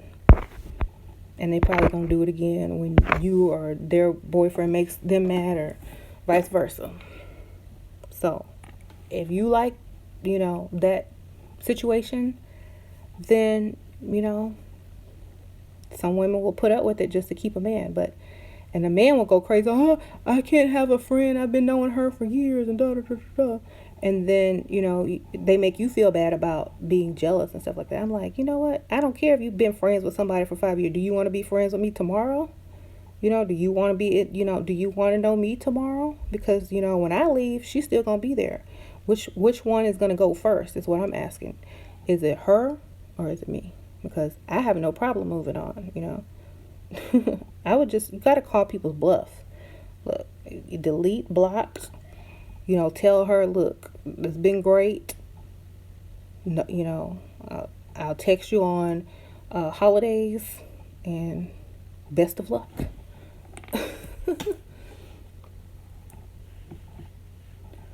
Yep.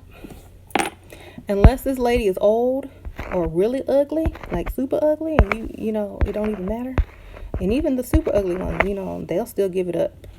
I'm just saying, and unless she's like super old to where she's like his mom or auntie or grandma, no. Oh, like my husband had a female friend, and she was no threat to me, first of all, because she was totally not his type. We thought she was a lesbian for like, maybe she was, I don't know. And he just liked her because she made really good greens. And every time a holiday would come around, he would get her to cook us. And she was both of our friends, okay? So, unless you her friend too, and y'all kick it, and you can hang out with her without him, then no, adios. I provide, okay, so this lady's saying, okay, she dates women. She provides for her lady. She tells dudes to get it together. Women love money, and money is power and stability. Okay, yeah, that's true. And what do the men say? Whatever. The thing that most men say when women are like materialistic and only focused on, if is the man successful? Can he do anything for me? Can he bring something to the table? They want to ask you, oh, what do you bring to the table? And they want to ask you, oh, all you need is to have, you just need somebody to make love to you. You need somebody to have sex with you. That's what you need. Actually, no, we don't. We just need what you got on your paycheck in your wallet. That's what we really want. We do all the other stuff to get that. Okay. If we can skip all that and just get the money, you would be surprised at how many women would pass up on sex. Be like, I'm not getting dirty. I don't want to take another shower today. Give me the money. It's like, just bypass this part of it, and maybe later. We don't care about the stuff y'all care about. We can go, like, there's women that can go years, months without even wanting to be sexually active, but they can't go a day without getting paid. So think about it.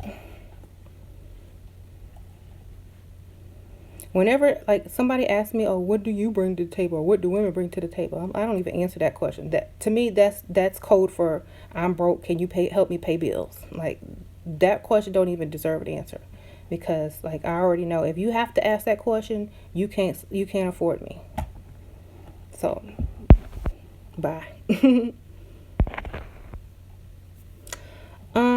No man with money I have ever talked to have ever asked me that question. But every broke man has. So, that should tell you something.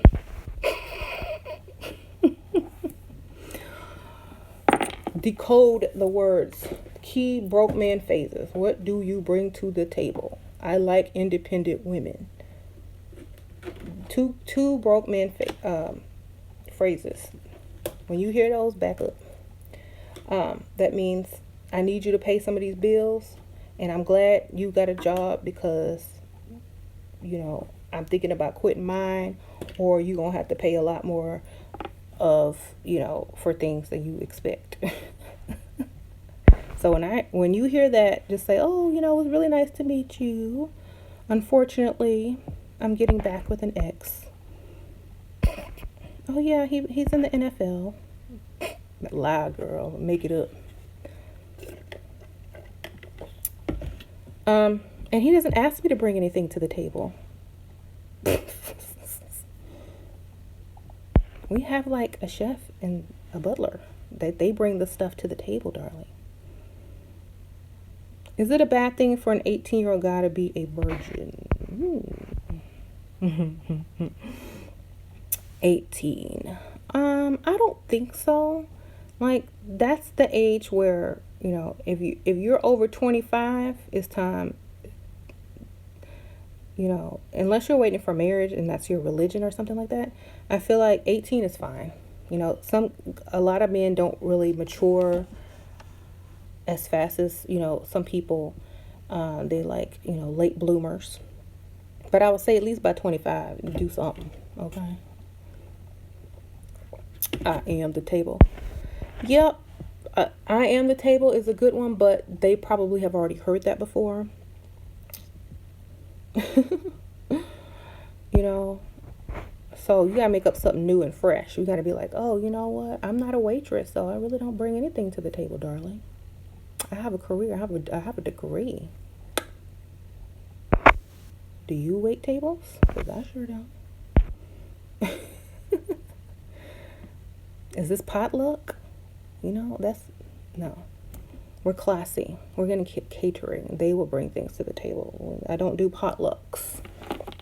You got to get creative in your insults, and men will laugh. They'll be like, "That's funny." Oh, she has a sense of humor. Okay, well, she ain't about that broke man, mediocre stuff. So let me just move on. But at least they got a good laugh out of it, and they know better next time than to ask somebody what they bring to the table. Because if you say those words in public and they friends overhear it, they gonna get clowned. They're gonna be like, "Oh my God, did she just say she wasn't a waitress? Oh my God, did she say, is this potluck? Oh my God. What else you got for him, girl? What else you got? Come on, let me hear some more. Ask her some more questions. She's funny. I like her." And see, when your friends start eavesdropping on you when you're out and about, you're trying to come on to this girl and you getting kicked to the curb, your friend who probably has more money than you is laughing at you because he agrees with this woman. Now he gonna go try to talk to this woman behind your back when you go to the restroom, because he not gonna ask her to bring anything to the table because he's got money. So never ask a woman what she brings to the table out in public, especially, because you might just get embarrassed. And women, if you attempt to answer this question, you're one of those pick-me chicks. If you attempt to answer this question, you are moving backwards. You do not answer this question. Okay? Ever.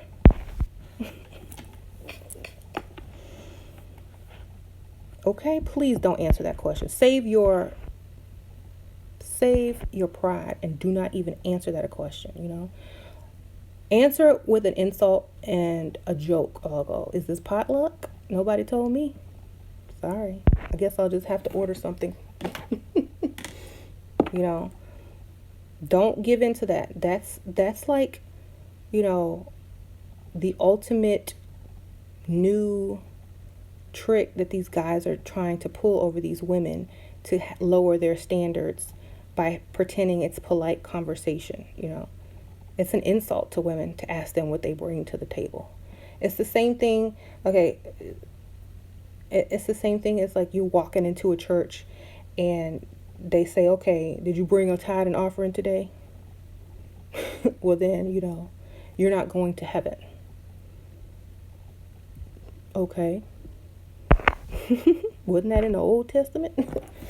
Which So basically, you got to call them out on when they start to ask you stupid questions. You got to call them out on it. Anyways.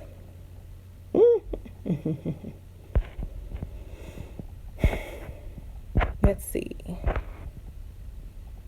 Why would I go to a potluck? My fridge is stocked, kosher and organic. That's right. That's a good comment. Like when they ask what you bring to the table. Oh, I like, or just play like a dumb person, like a ditzy. "Oh my God. What do I bring to the table? Oh, most nights when I cook, it's organic. Whatever. Kosher, whatever. Blah, blah, blah, blah, blah, blah, blah, blah, blah, blah." And it's really good, I love it. What do you cook? Like, what do you like to cook? Just act like you didn't even understand the question. Well, what do you like? They're going to think English is not your first language after that. And you're like, no, I mean, like, then they have to say what they really mean. Like, "Oh, what do you bring into the relationship?" Oh, well, that's what you should have asked in the first place. Oh my gosh. Well, what do I bring into the relationship? Well, what most women bring. You know, I am female, you know. What would you like me to leave at home?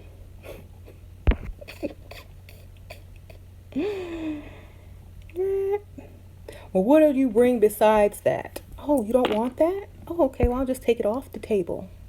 Well, darn. All I have is like, you know, all the stuff I learned in college, you know, a book list. Do you want to talk about that? What are you reading? You know, take it off the table, and I bet they'll never ask you that question again. Or what do you bring to the table besides? Oh, besides, you know, P. Oh, I don't bring P to the table. You know, I don't. That's not even on the table. That's not even an offer. You know, that you aren't gonna get that anyway. You know, so I don't know why you asked me what I bring to the table besides this. I'm not even bringing that to the table. So, you still want to talk to me? Because obviously it's not that important to you, because you kind of bypassed it right on by and asked me what I'm bringing. So if I'm taking that off the table, then you're probably not going to be interested anymore, right?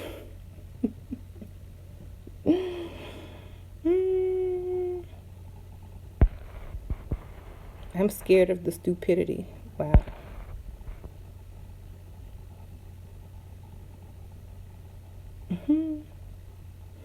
So, yeah, I think I said that in one of my old videos.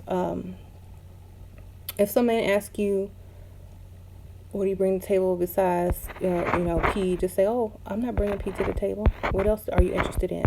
They ain't gonna even they're not even gonna have anything to say. They're gonna be like, you know, or you can just say Jesus. What do you bring to the table? Jesus. Girl, they will be gone. We gonna pray.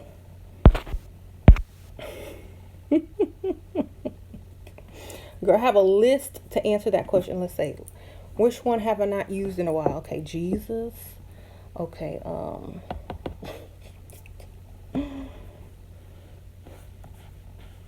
they're gonna be like, dang, I shouldn't have asked that question. Then start talking about religion and the Bible, and quoting Psalms and stuff to them, and they'll be like, oh my God, I ain't ever asking this question to nobody again, you know. Well, what else do you bring to the table? Oh, have you read the Quran? Have you read the Quran? I bring Muhammad too, baby. Oh, have you read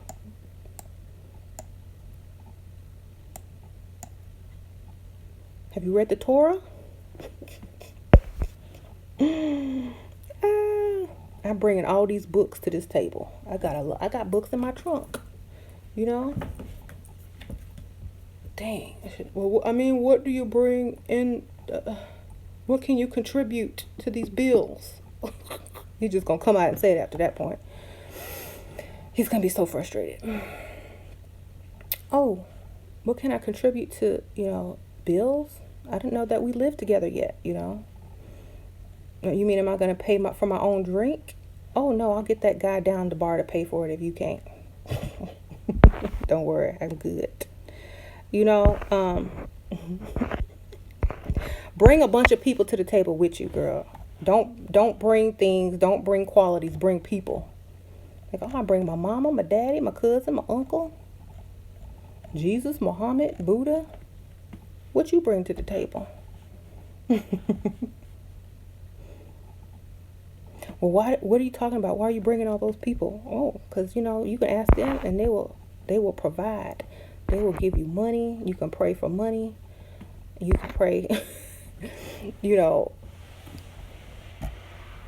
ask and you shall receive. Oh, and I'm always going to put them before you. Because, right, they're more important. So you're going to be last. I would, you know, what was, you know, it'd be funny, like, if I could do, like, a mock date with someone and like, film it, it would be hilarious. But I can't do that because I'm married. But if I could, Oh my God, it would be so funny because I would just knock them all down, knock all those stupid questions down, and have it on film and have the reaction from the guy. Um, I might have to do it like prank call style, like from online. That would be funny though. Do it online and anonymous and record the conversation. Oh my gosh.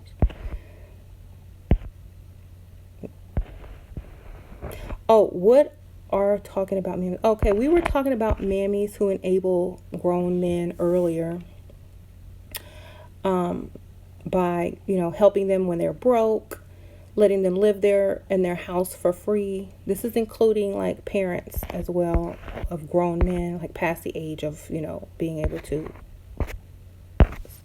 being able to go out and get a job. But a man will never succeed or think about how to become better if he doesn't have the opportunity to have lack or be broke. He's not going to have time to think himself out of brokenness because people and women are constantly helping them. So you don't enable a man. You, instead of giving him money, you give him encouragement to go out and seek what he desires. Instead of giving him a place to live, or cooking his food and working and paying all the bills because he lost his job and things like that, and it's been like 6 months or whatever, he hadn't got no job because you taking care of him. Why does he need to work? When I was younger, I would lose my job and have a job in less than 2 weeks later, like bam, making more money. So because nobody was giving me anything. Okay, nobody was giving me money when I was younger. If you want a nice car as a teenager and you want nice, name brand fashion clothes and purses and stuff like that in high school, and your mom is not about that life, you got to go get a job. Okay. So, I would quit or get fired or whatever. 2 weeks later, I'd have a job making more money, still buying the stuff that I want because when you don't have gas in your car, you can't go out, you can't go see your friends, you can't do nothing. That's going to get you motivated to get up and go get it, right? But if my mom was constantly handing me money and saying, okay, baby, you don't have to go to work, I would probably be very unsuccessful, have no work ethic whatsoever, not have ideas on how to make money from nothing, start businesses, how to get jobs easy, things like that. I wouldn't know any of that, I had a $400 card note at the age of 16, and I paid for it and went to school, in high school. So, I feel like if I can do that at 16 years old and a grown man can't, there is something seriously wrong. So, sorry. I have no sympathy for any grown man. I don't even give money to grown bums. Like, I don't even give money to homeless men because they don't have an excuse, unless they're, crazy and need medication, there's nothing wrong with them. Okay. I don't enable anybody.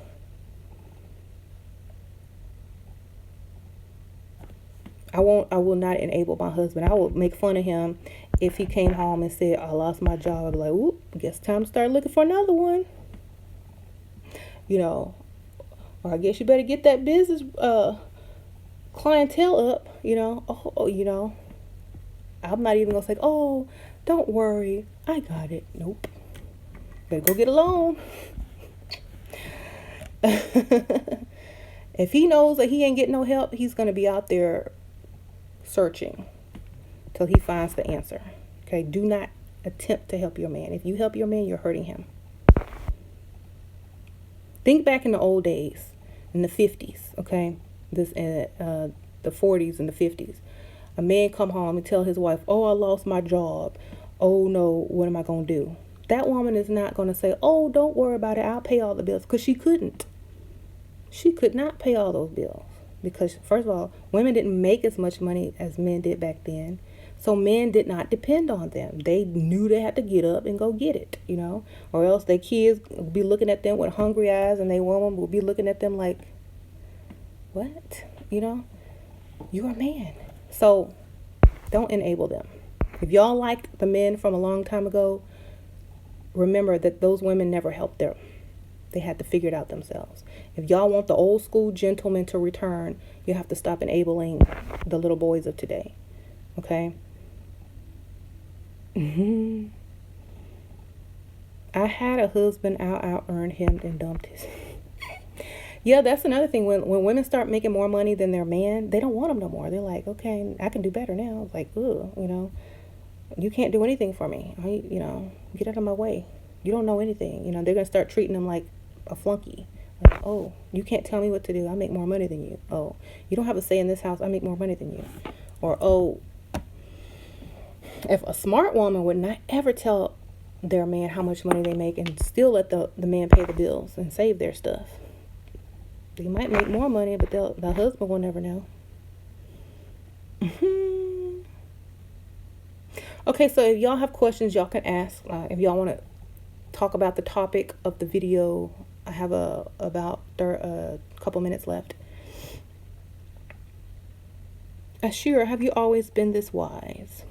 No. But I did have guidance from a young age. Like my sister was the ultimate gold digger.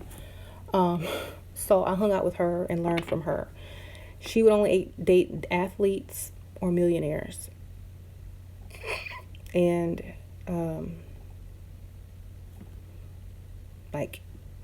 that's it. So she taught me well. And she taught me, she was, really young, beautiful, confident. I was kind of the shy, nerdy girl and in high school. And she taught me that no matter what you look like, as long as you know what you want and go, for it and only entertain those type of people, you're going to get it eventually. Okay. Because this one girl, she was like really rude to me in my comments, and I think I blocked her. But I was telling her how the people that live in these really nice houses, in the neighborhoods over here, they're not beautiful. They're not beautiful women. They're just average, everyday, really average women. They're not going to be like the housewives of Atlanta or, Beverly Hills. They're like, plus size, need, crazy looking facial features, facial hair, bad hairdo, all of that. But they have a man that earns a lot of money and they can stay home. Okay. I don't know how they did it, but what I'm saying is it's possible to get what you want in this life if that's what you keep going for. You know what I mean? It's possible those women didn't always look like that. And it's possible that, the man married them for other reasons. And it's possible that, the man might think they're the most beautiful woman in the world. But they're not looking like these housewives. They're looking like the people at Walmart. Okay, y'all seen that? But in nicer clothes. So don't ever think that you can't get a certain type of man because of the way you look. I've seen some crazy looking women walking down the streets just smiling. So for me, I'm like, dang, there is no excuse for a woman to be dating a broke man, paying him to stay mediocre. Ain't no reason. Someone says, you have helped me tame my man. Thank you. Oh, you're welcome. I hope he stays good. Okay. Why does an ex keep coming back after you told him you don't want him no more? I'm not giving anything to him at all. He wants to keep that door open so he can sleep with you at any time. Or he might need a place to live. Exes do that when they feel like you'll still sleep with them. If you move on to another man and tell him, we're engaged or I'm pregnant, he'll leave you alone. Lie to him, tell him you're pregnant. He'll leave you alone.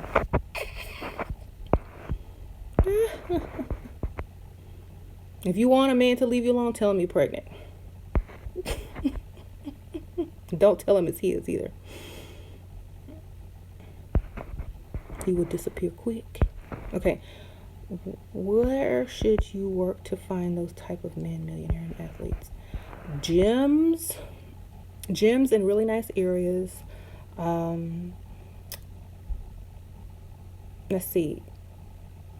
A lot of athletes, they like to go out to eat a lot. So restaurants in really nice high-end areas.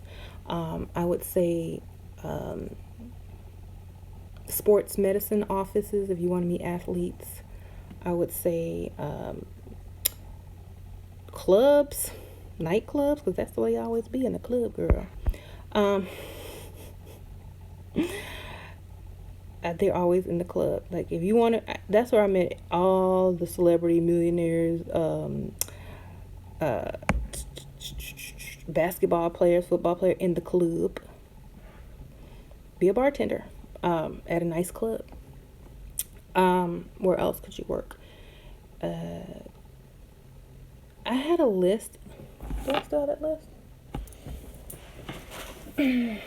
A bank. A bank. You'll find, you know, everyone's account, what they got in it. You're like, ooh, he got money. Okay. Dang, I think I threw it away. A bank in a nice area. Like places like Costco and stuff like that, because oh my God, there's a Costco thing on my computer screen. Because like the guys that I used to date, they like to buy in bulk, so they don't have to keep going to the grocery store and people asking them for autographs. So they go to Costco and they and they shop in bulk. Plus they eat a lot. So Costco, Sam's, whatever.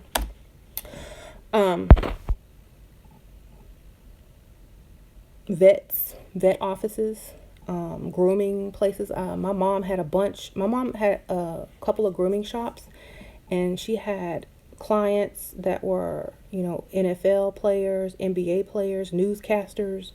And so I met a lot of people at her business as well.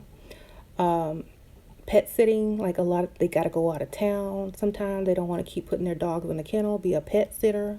You will have access to their house. Professional chefs, personal chefs. You be up in their house cooking and getting paid. When I finished culinary school, they had job listings for professional chefs or personal chefs, and the basketball players would come in and look at your picture, look at your specialty and what you can cook, and then they would hire you to come cook for them. I used to date this one basketball player, and he had a professional chef, and I could tell she had a crush on him. She was a young girl. She was pretty. When he invited me over, she kind of was like upset, having like this dirty look, like he probably slept with her. But I know she was doing that so she could meet guys. I wasn't mad at her.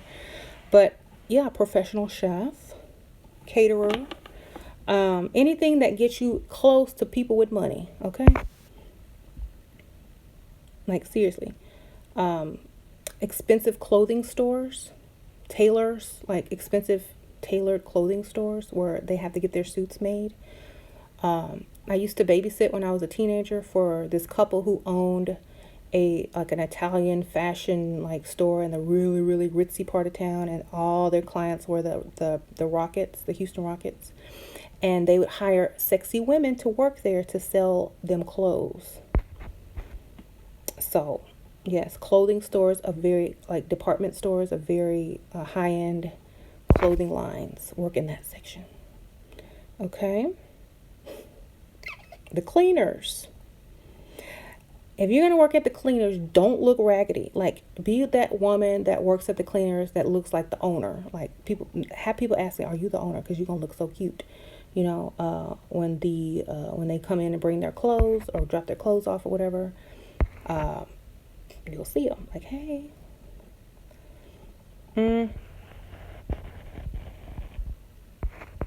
No shame, gold diggers, right? No shame, gold diggers. You know what you want, go get it, right? You want a man with money, why would you be ashamed of that? Like, I'm not ashamed. That's silly. Like, that's like being ashamed of wanting more in life. Why would you be ashamed of that?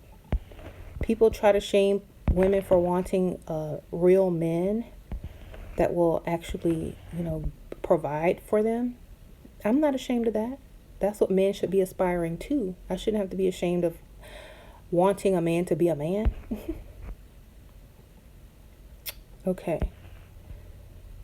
So when you're middle-aged and worn out by pro athletes, what do you do then? Oh, they didn't wear me out.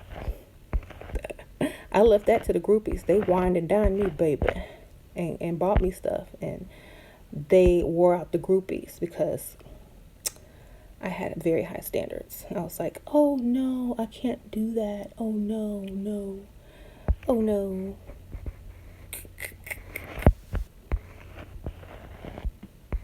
Okay, yeah, I did it a few times. It was nice. And because, they working with extra equipment. But, after that, y'all acting like you get worn out. Well, what about when you have a baby? Like, and it goes back. Genetically, some women have a snapback gene, and genetically, some women don't. Some women are very lucky, some aren't.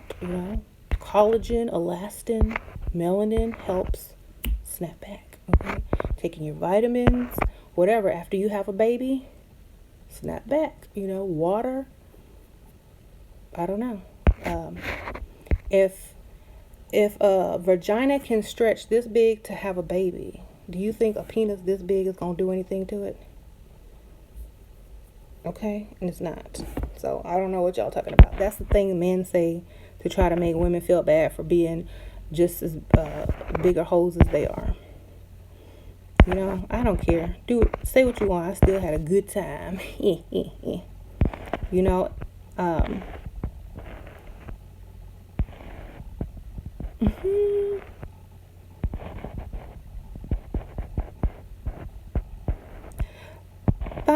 Bye, Jewel. Thanks for showing up. She's saying bye. What is your field? Are you asking me or someone else? I don't know.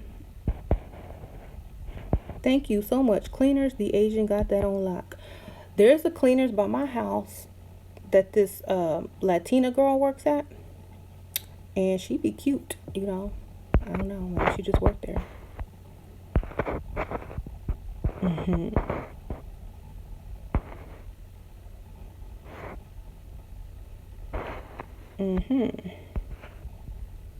How about my conscience? Well, my conscience would be sad if I married a broke man who couldn't provide for my kids. Then my conscience would be really bad because I would, be depriving them of a good life by choosing a loser who couldn't take care of them. So my conscience is there. My conscience is where it should be. It's not on something temporary. Okay? I don't care. My conscience is on the future generations, not about how you feel. I'm so sorry. My conscience is exactly where it's supposed to be.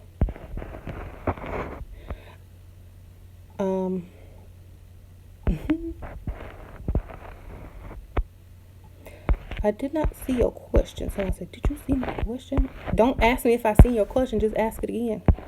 Because I probably didn't see it. Let me see. Companies don't take women under 40 seriously anyways. Use your youth to collect and make babies. Start careers after 40. Yep, because I had this really good job, like, when I was younger, for like 3 months. And it was right after I got married, and I didn't have to work, but I didn't have kids, and I was bored, and we already had everything. I lived in a very beautiful high rise, had a Mercedes and all this stuff. I was like, I'm bored. I have the culinary arts degree. I want to do something. So I was working for this food lab, and with like food scientists and stuff like that. And I got pregnant, and so I had to quit. And I haven't worked since. So, I already had a job. Like, if I wanted a job, I can get a job in 2 seconds. I don't need a job. I got like 2 online businesses. I don't work for people. They work. I don't even have employees, And if I did, I don't want to share my profits. So I keep it minimum. But like women who have careers, they still don't want a broke man. So, I could have 3 jobs and I still wouldn't date a broke man. And I still won't want him to pay all the bills. So it doesn't matter if I have a job or not. I'm still not paying bills. That's okay. The women that go out with me always treat me really good and buy me so many things. They feel good and I feel good about it. So it's all good. Well, that's great. If you can get a woman to buy you things and feel good, that's great. I don't feel sorry for those women because they're learning a lesson. And they won't make such mistakes in the future if they want to seriously be considered as a relationship or wife material. Okay?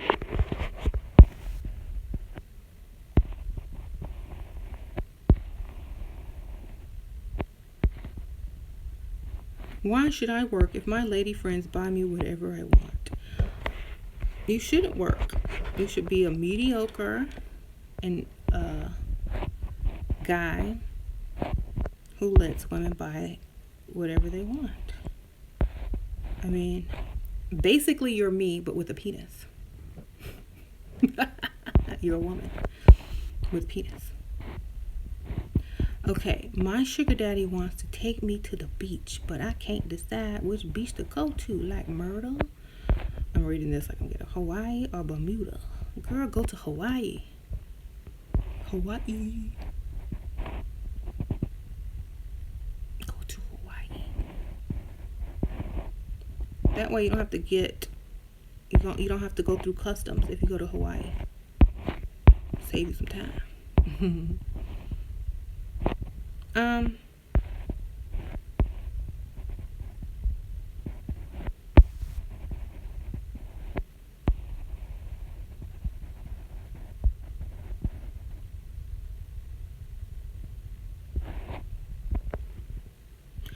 Okay, the gay guy here already has a rich man, and your tips work on gay men too, because a man is a man.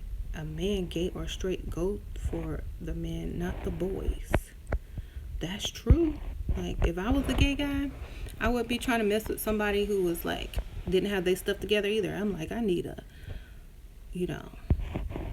somebody that can do something. I need to travel. I need to shop. I need to get my hair done. I need a car. How to get a man to buy a large purchase or pay a bill. Withhold sex. Withhold sex. Show less interest. Be upset about it. Never be in the mood. Continuously talk about it. Say that your friend has it. And she's making fun of you because you don't. Just lie, basically. Lie to get what you want. And people get mad at me for saying that, but they probably lie way more than me, so I don't care.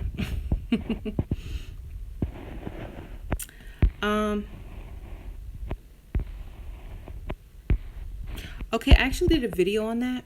Okay, if you want something really big and you need this man to buy it, and he says no, well, you tell him, okay, well, that's fine. My friend said that he would buy it, but my ex-boyfriend said that he would buy it for me, like, before we broke up, and, he gave me this gift card, but I have to go get it because I gave it back to him. Just, like, make up some drama.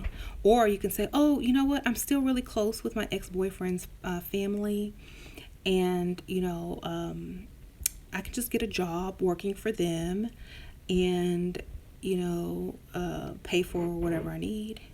they can get mad and like, oh no, you're not going to work for your ex-boyfriend's parents. You're gonna be all up there. They're gonna be trying to get y'all back together. What do you want? What you need? Play a scenario. Oh, I told this to this other girl and it worked. Oh, and I don't have enough money to pay for this, and that. I gotta go get another job at night working in a cocktail lounge. They already hired me. They said I can start anytime. I gotta wear like this short skirt with like fishnet pantyhose and heels. It's gonna be very uncomfortable. Oh my god. And say it's in a really nice part of town, like where only rich people live. It's paid for. He gonna get it. Okay, and you never have to step. You don't even have to. None of that has to be true. You just have to sell the story. Sell the story. I don't go out with middle class women. I love wealthy women. Well, that's good. You know, I had a friend that dated old wealthy women. He was a tennis instructor. And, oh my God, they bought him a Corvette. I was like, you go, boy. They were like 65 and he was like 29. But he had a Corvette. You know, he did, you know. Then she got him promoted to head tennis instructor in the tennis club because, I don't know, she had some kind of pool or whatever. So now he's making what, $90,000 a year playing tennis, and that lady bought him a Corvette. So, you know, guys do this too. Guys do this too sometimes. But he was very, very attractive. Not just like a normal average guy. Very attractive, like Calvin Klein model attractive. And tall. With extra equipment. Okay? Extra equipment.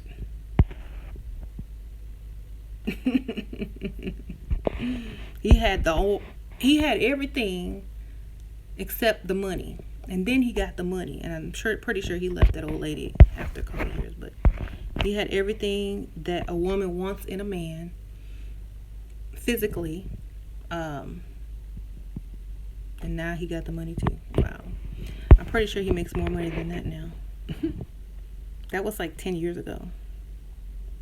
What if your significant other gains weight? Ew, right? Well, for women, it doesn't matter. Like, if my husband gained weight, I don't care, you know, because I'm not with him for his body, okay? If I gain weight, it don't matter. I got 2 kids and no prenup, so, well.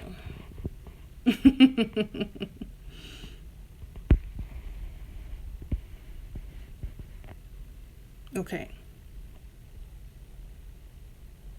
I really did I've never gained so much weight to where it bothered him. Like, I still look good to him. He never even noticed if I gained weight or not. I'll have to tell him, oh, I gained weight. Oh, I don't know. I can't tell.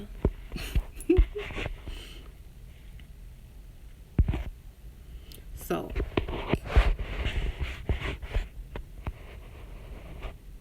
will I ever do a live chat about sex tips?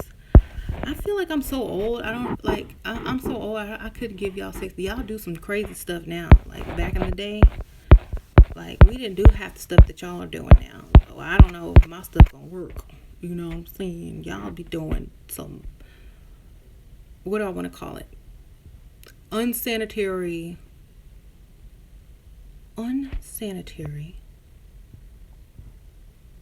desperate things. That's what I'm gonna call it. Now, I'm not putting y'all down. I'm just saying I couldn't give you no tips. You know, my best tip is to withhold it. That's the only tip I got. Withhold it and only give it as a reward after you get what you want. That's my best sex tip. Keep it clean, keep it fresh, and give it out sparingly as a reward only. I'm a virgin, so something would be better than nothing.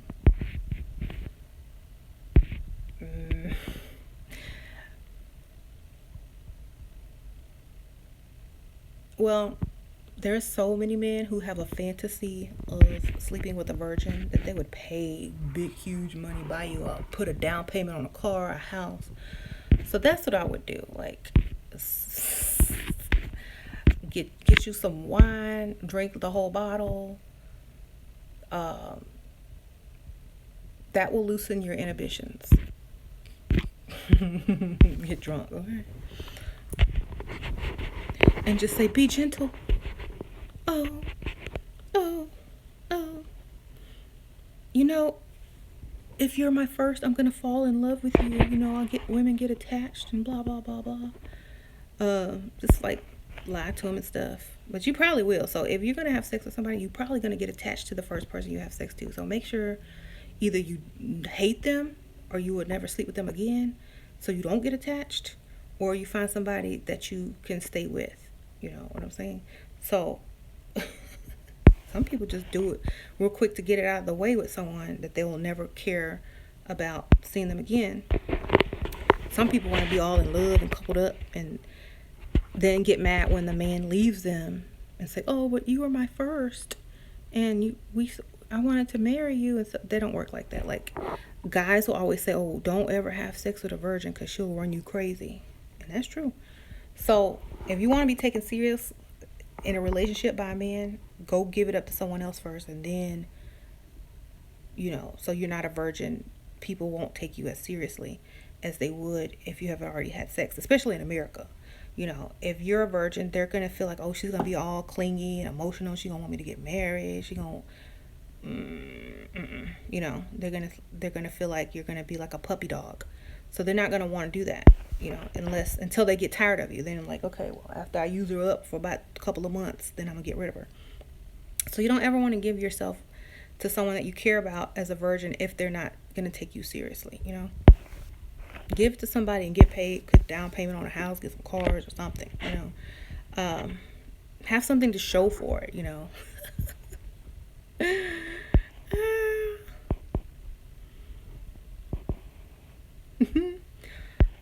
My first time was with someone that was older than me. They had extra equipment too, and we were watching horror movies. My kind of thing, right? Horror movies. And I didn't tell him I was a virgin because I wanted to get it over with, get it out the way, you know. And yeah, so that's how that went. I told him afterwards. Then he was like, dang, I wouldn't. He was upset, but not too upset. Kind of intrigued, kind of like honored, but he's like, dang, I would have been more gentle if I knew. I was like, oh well, too late now.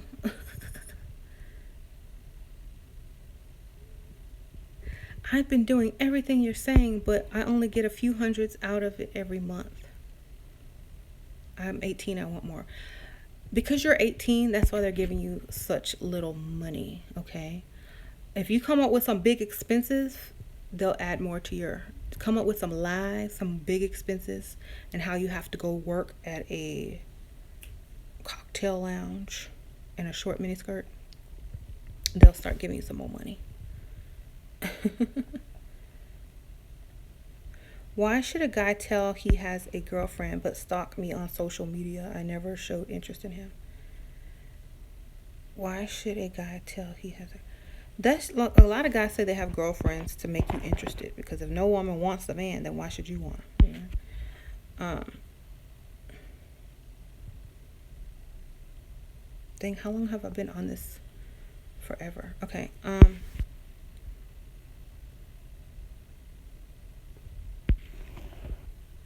Anyways,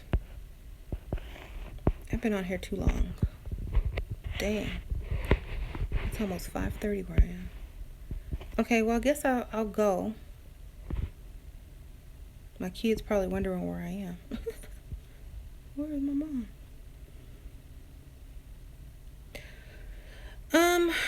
Okay, so point of the video, yes, let's sum it up. Women, if you help men, you're hurting men. If you think they're going to stay with you after they've gotten themselves established because you helped them, you are very wrong. They can't feel like a man with you because you helped them get to that point. So you know the real deal. And this other young thing on the side don't know the real deal. So she's going to think it was all him. And he's going to like that feeling. He's going to be gone. You probably think that, oh, you're supposed to help and build up and do this and do that. But basically you're handicapping him. You're handicapping a grown man by being too supportive, you know. And they start to see you as a crutch. And once they are able to walk without that crutch, what do? Discard it.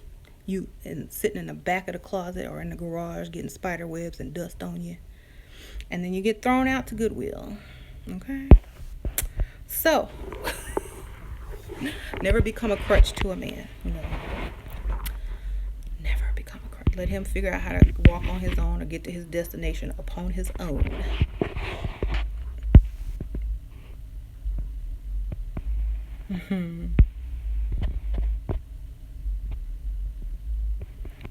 Only 19-year-olds can serve alcohol in Canada. Here it's 18, but you know,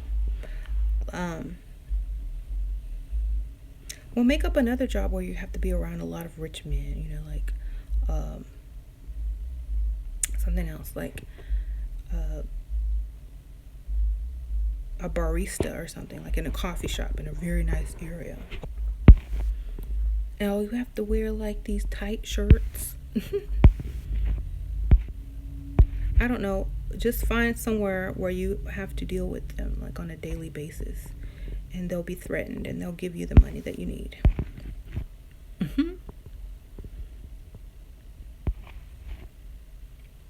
Yeah, like a man's clothing store. For the rich. My friend used to work at Nordstrom. Selling, I don't know what she was selling, but she met a lot of guys there. How to get a man to marry you.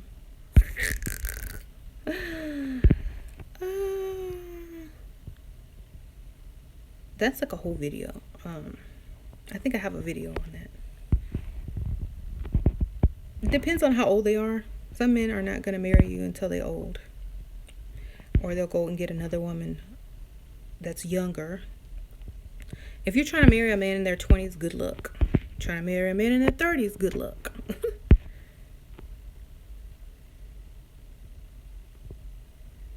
Being a massage therapist. Oh my God, yes. I used that one once.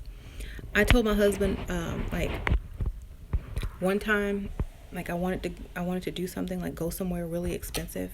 And I was like, I want to go such and such. And he was like, well, maybe next year. I was like, oh, you know what? I can help you pay for it. He'd be like, what do you mean? Oh, you know, I can go to school to be a massage therapist, you know. He was like, oh, no. You're not going to be rubbing on no other men. Because at this point, we were already married. He's like, oh, no, you're not going to be rubbing on other men. Oh, no, you can't do that. Well, I'll see if we can go next month. I'm like, nope.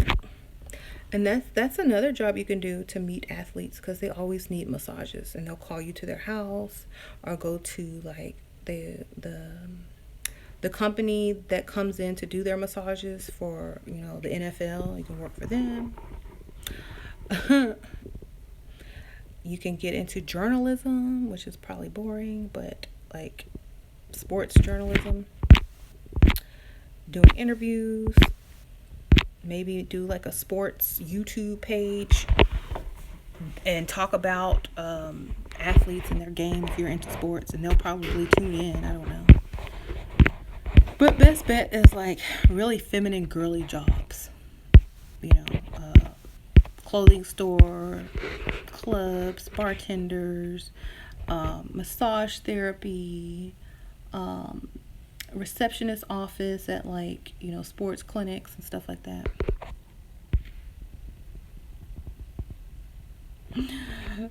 This guy says he's the only man who watches these videos. No, there's some other guys in there.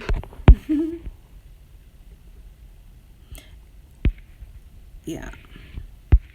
Stripper.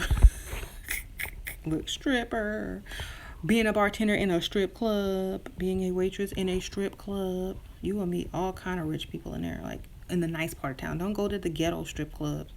Not the butt naked, but the ones where they have to wear bottoms and they have like champagne and stuff like that. Go to the nice area.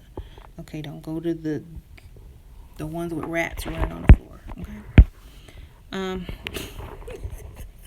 You gotta tell people these days, they won't put it together. Hmm?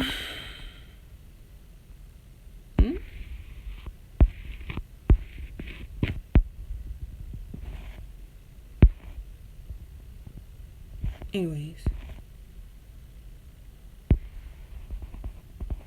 Not a place where I want to meet Benjamin though. It's funny.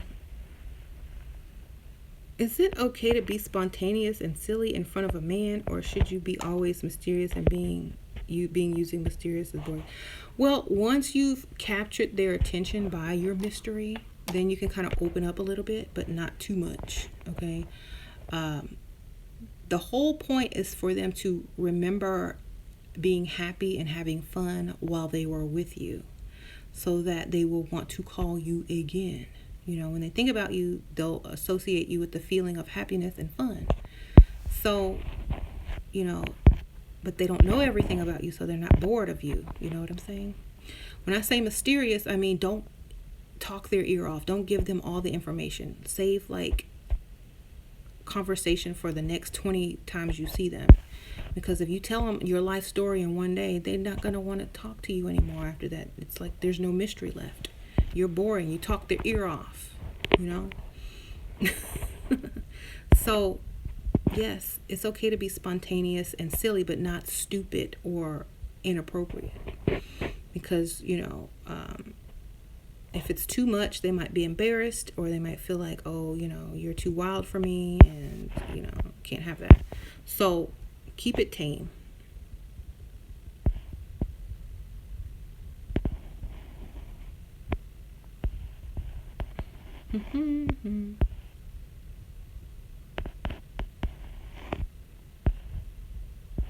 Okay, so ladies, the next time your man loses his job or asks you for something, deny him. Deny giving him anything. It might hurt. It might be painful. Not really. Actually, I laugh at stuff like that because I'm like cynical and I have a dark side, and I laugh at people's pain sometimes because it's entertaining to watch their reaction on their face when you deny them what they expected. So, oh baby, can I borrow $20 for this week? You know, I don't have any gas. I haven't been working. And like, oh no, I'm so sorry. You better go ask your close female friend, or you know, maybe your mom can afford to loan you $20 this week, because you know, all my money is tied up, or I'm not able to, you know, help you at this time, or something. You know, I have this big thing coming up that I have to pay for. But do not give it to him, okay? He's gonna be mad at you, but he'll thank you later. You could laugh at him while he goes and figure out how to get this $20. You know, that makes people creative. You know, if you can figure out how to get $20 in gas with no job after your mama and your woman said no, you know, that's gonna motivate you to get up and go get a job, because you don't want to keep asking people to borrow money, okay? Especially people that don't love you, because they're gonna be looking for their money. You got my money, you know. So don't give people money, like not your boyfriend, because you can't respect them after that. You know, don't give them money, because you will never respect them the same. You won't see them as a masculine person anymore if you have to give them money. In the long run, it's going to come back up in an argument, and he's going to be like, well, such and such and blah, blah, blah. And you're like, well, that's why you had to borrow $20 from me when you was broke. You know, I helped you, you know, if it wasn't for me, you wouldn't even have that car out there, because I paid your car note. Like, that's nothing to brag about. You stupid for doing that, you know. And that's why he's talking to you crazy. he wouldn't be all crazy talking to you if he didn't have no car. Okay. So don't do it. Don't pay nobody's car note. Unless the car is in your name. And then take the keys. If he doesn't want to marry, he sees you as a liability. Yep. And that's a good way to get married. When a man loses his job and you just so desperate and you need this man to be your husband, that's when you marry him, when he's broke and don't have no job. That way, if he tries to leave you, it's going to cost him money. So before you help any man, because you just have this beating heart and you feel sorry for him, say, okay, you know what? I'm gonna pull you through this unemployment. I'm gonna do this, but we need to be married first. If you can use me up in my good money and sit on this couch all day, you can be my husband, my house husband. So if you want me to help you and hold you down, we got to get married. Let's go to the court right now. Okay?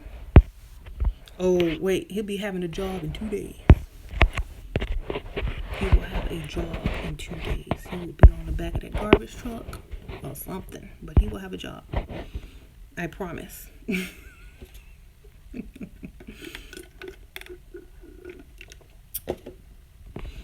Anyways, how old are my daughters? 8 and 9. They're almost to that age where they're going to start being interested in little boys when they get to junior high, 5th grade, or whatever. They probably already secretly are, but they're not talking about it yet. But I already taught them. I already said, you know what? Remember, always let them approach you. Back to back babies. Oh, yes, I did. I wanted to get it all out the way. You know how celebrities get implanted with 2 eggs so they can have twins and get all their kids out the way? Some of them do. Not all of them, but some of them do. I just had mine back to back because I'm not a celebrity. I had to do it the regular way. I can't afford that. Like, injections.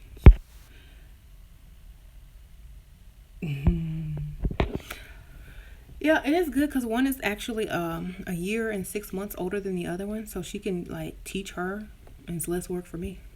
And they keep each other company, so I don't have to be, all in their face. Okay, well, I think I've been on this thing too long. And YouTube probably gonna cut me off saying, this is too long. So I will see y'all on the next one. Let me answer this last question. What if he don't want to marry you? Wait, what if he don't want to marry? Do I better leave him? Like I said, I don't know how old this person is. If they're in their 20s, they're not gonna want to marry anybody. Like, seriously, you can't pressure a 20-something-year-old man to get married. Not even a 30-something-year-old. Like, if they're like 38, 39, maybe. But guys don't like to get married young like women. Okay. Did I see that episode of Tyra where the moms told their daughters not to talk to a boy unless he gave them a cookie? Yes, I saw that. That was funny. I tell my kids all the time. See, I'm fair with my kids, okay? My kids used to give away their school supplies to, like, boys that were cute, that needed pencils. Like, oh, I didn't bring my pencil today. You got a pencil? And then they would come home, Mama, we need to go buy some more pencils because I let my friend borrow, or he kept it. I'm like, look, if you're going to give somebody a pencil, they better give you something in return. I was like, don't give anybody a pencil unless they give you something. My kids coming home with watches, fidget spinners, stickers. They coming home with the goods. I'm teaching them how to bargain. And I told them about my first hustle. I had a side hustle. When I was a junior high school, you know how you can buy those big packs of like gum with like 5 pieces of gum in it, and like Big Red and Juicy Fruit, and they come in like a 12 pack. Well, I would buy those and I would sell each stick of gum for 25 cents. The pack was $2. I would sell one pack of gum that cost 25 cents, I would sell that for 50 cents. So, or $1, depending on what flavor it was. But I would make about $20 off of $2 in junior high school. Okay? Because that was my first side hustle at 13 years old. I would make $20 a day in junior high school selling gum. Okay? Now, I didn't give no gum free. I'm not the girl that you come to get gum. I'm the girl you come to buy gum. Okay? I want your money, honey.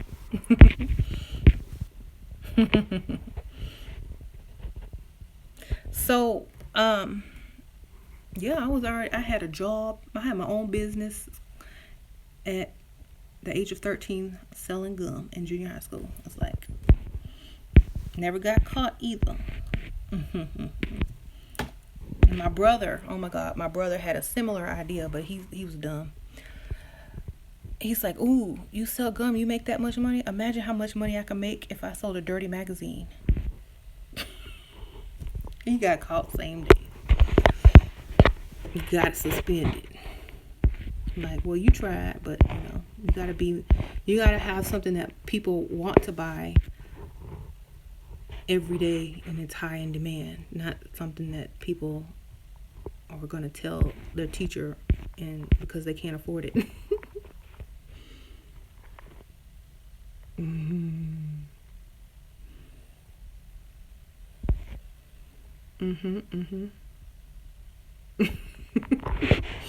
What was your first business at 12? Was you a drug dealer? Did you mix white Jesus with soda? That's what Jay-Z said. I used to sell cigarettes in Hustler magazines when I was in the 7th grade. See, y'all can still be doing that. Hi, Sasha. Why can't you sell it now? Online. Making beaded rings. See, when we were broke, we found a way to make money out of stupid stuff. If you keep giving your man money, he's not going to be able to figure out how to become an entrepreneur or how to get a better job because you won't even give him time to be broke enough to think about it, Like everyone in the comments and saying, oh, my first hustle, my first job, and I sold this and I sold that and I did this to get money. Well, like people don't think like that anymore. That was the old school before we had internet and like needy women that would do anything for a man, because back then we had love songs like, oh, I'll do anything for you, you my, da da da da. Now we got like cussing women out songs and buy me stuff, pay your own meal, let's go Dutch. That's probably going to be the newest rap song. It's going to be called Let's Go Dutch. It's going to have a good beat, and it's going to trick women into paying for their own food. And I don't even know which rapper would be doing that because, it's not going to be Jay-Z or no Rick Ross or somebody like probably maybe some Kendrick Lamar might go Dutch. Some J. Cole. Even Bruno Mars ain't gonna go Dutch. He gonna pay for you, okay? But it's probably gonna be somebody like that. It's gonna probably be somebody that's, not afraid to go Dutch because women will still like them and go Dutch. Young Thug. Yeah, Young Thug. No, he's not gonna go Dutch. Young Thug has more class than that. Even Trinidad James won't ask you to go Dutch, and he is like the modern version of Jerome. Jerome always paid for Pam. Jerome from Martin, he was like, I got you. He always had a side hustle too. He was never broke. And then Pam started dating him. So, hey. Wale. Yeah, Wale. Future. Let's go Dutch. TikTok. Yup. Chris Brown. No, Chris Brown wouldn't ask you to go Dutch. He'll pay for you and then talk about you like a dog.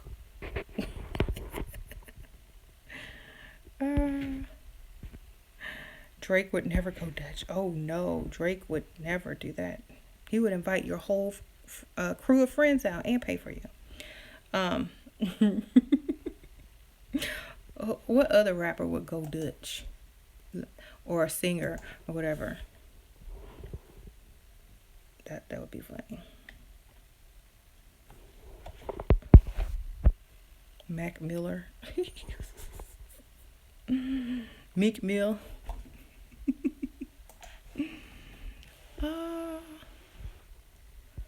Russ.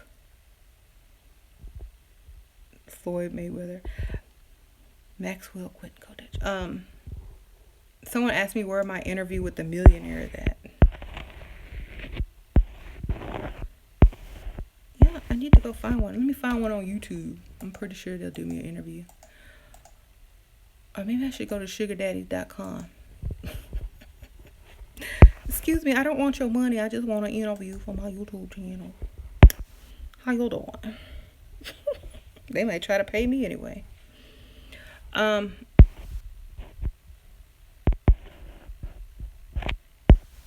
can't think of no more rappers, y'all. Whatever.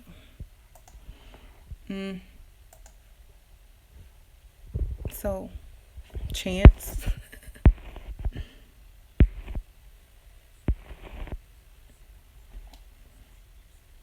Trying to help.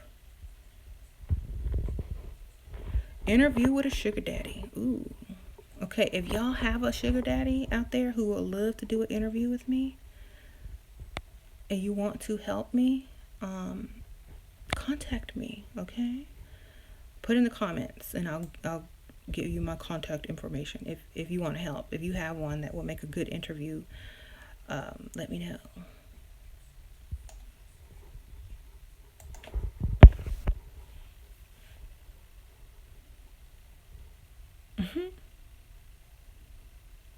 Okay, so I might get one of my friends to get me a sugar daddy interview where I can record them and they'll be anonymous, and I'll ask them what makes them want to buy women stuff. Like, is there something special, that goes through their mind when they just agree to buy these women $1,000 purses and give them thousands of dollars each month? What do you get out of that? And their answers might be very misogynist and for their own purpose, but the woman gets something out of it, like really good. So most women won't care. They'll be like, oh well, I don't care. It's better than having sex for free, or it's better than hanging around guys for free, or it's better than dating somebody broke, because a lot of men don't really understand that women like comfort, luxury, and things like that. They value those things a lot. They value other things as well, but they like those things a lot. Like even in the tarot cards, there's a card that represents the wife, the mother. It's the Empress card. And that card also represents comfort and luxury. Okay, wife, mother, comfort, luxury, the Empress. Okay, so this is an archetype, and an archetype is a character that is seen throughout human history. Okay, so she's not going to settle down unless she's comfortable. She's not going to feel relaxed unless she's comfortable and living in luxury. So I feel like men know this, which is why the first thing they do when they get money is go out and buy a nice car to impress women and attract women to think that they have some money. I've seen men driving really nice cars, living in a 1-bedroom apartment. Cars cost more than the house. So men know what women like. Don't act like y'all don't know. That's why y'all go out and buy the expensive cars and go drive around with the window down, with the top down or whatever. To impress women. It's not to impress other men. It's not to impress yourself. It's not to impress your mother, but to impress women. Okay? Somebody says, "You want to know a secret? I've been a sugar daddy." Okay, Juke, tell me about your sugar daddiness. What have you bought a girl? What's the most expensive thing you have bought a woman? That's the question I'm gonna ask. This will be my practice.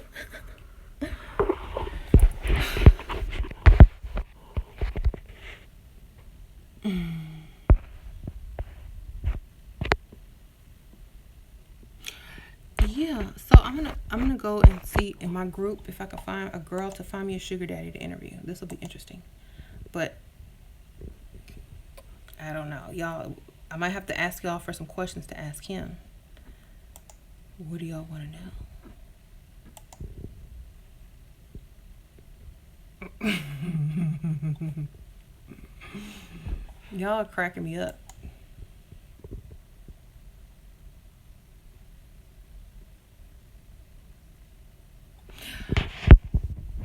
Okay, someone says that a millionaire has told her that if a man's only vehicle is a two-seat luxury sports car, then he is a fake baller. That is true. You gotta have an SUV, a sports car, a sedan. You gotta have a Jeep. You don't have that. You ain't doing nothing. Like, where's my kids gonna sit?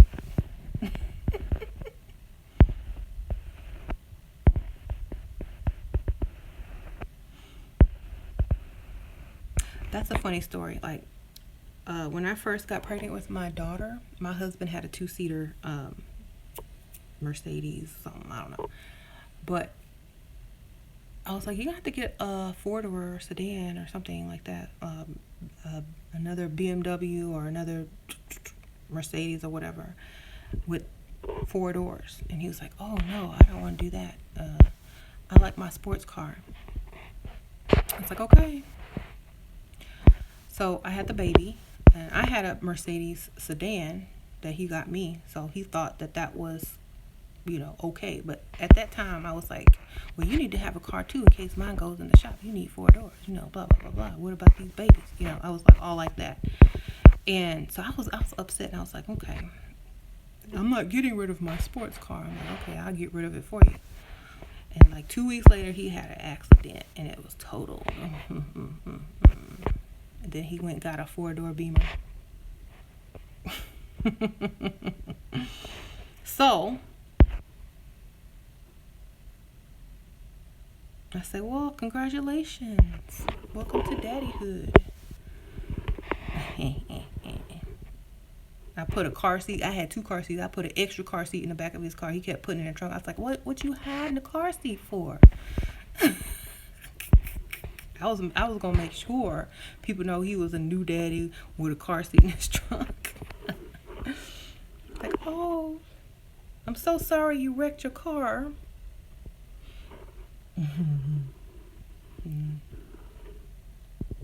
But yeah, how to get over the non-comfort of being around those wealthy men?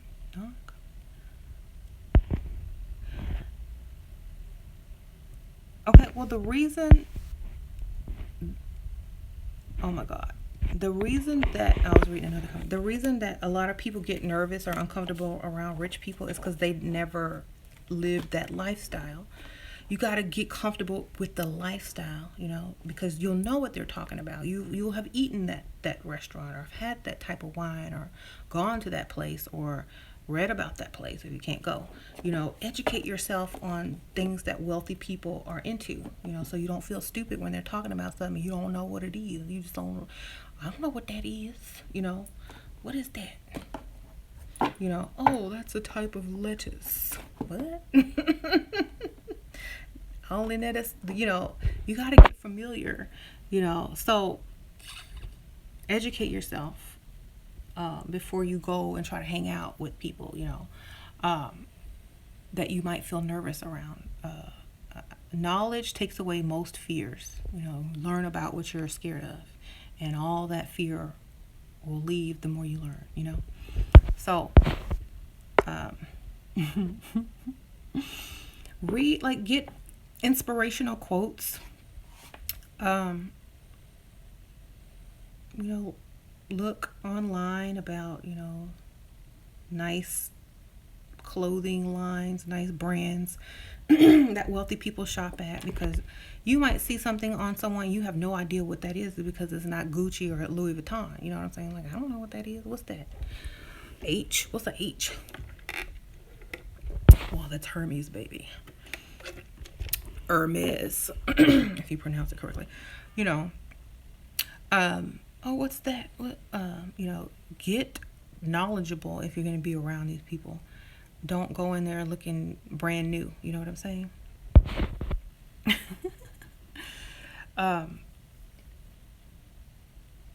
It's funny because if you're broke, if you came from poverty and you're trying to like go straight up to the millionaire status and date these rich guys, you will have to educate yourself, because you don't want to sound silly or out of place, and you don't want them laughing at you for not knowing what a type of lettuce is. You know what I mean? Like, oh my God. Like, let me tell you about this girl that I knew. We went to eat, right? I used to know her from somewhere, some club or bar that I used to go to. And we went out to eat, and she was like, she had never been around anything fancy, and the waiter came by with like a plate, and he was like, today's special is blah, blah, blah, blah, blah, blah, blah, blah, blah, with some asparagus. And she's like, ooh, what's asparagus? I don't know what that is. I ain't never seen that before in my life. What's asparagus? You don't want to be afraid of the food on your plate that you get at a restaurant dining with, someone with money. You don't want to be afraid of the food on your plate. So get educated on some fancy food, which I don't think asparagus is fancy, but some people do. So look at the menu online at certain restaurants. Figure out what it is. Go taste it.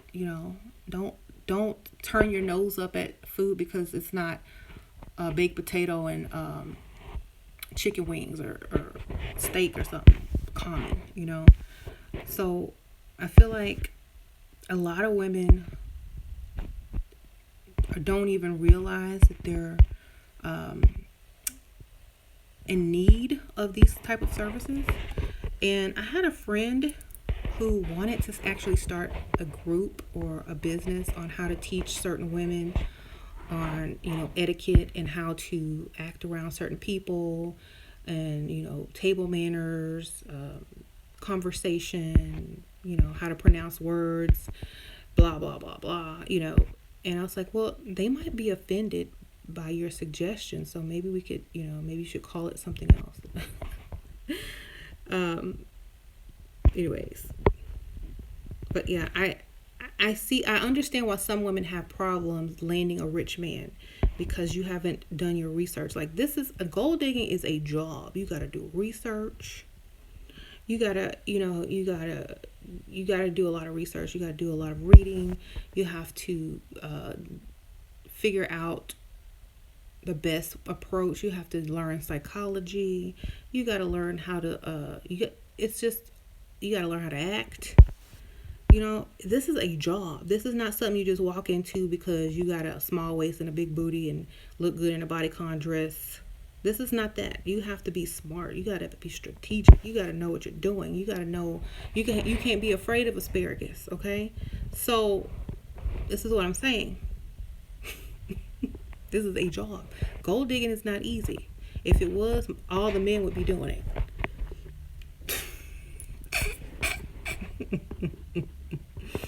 Okay?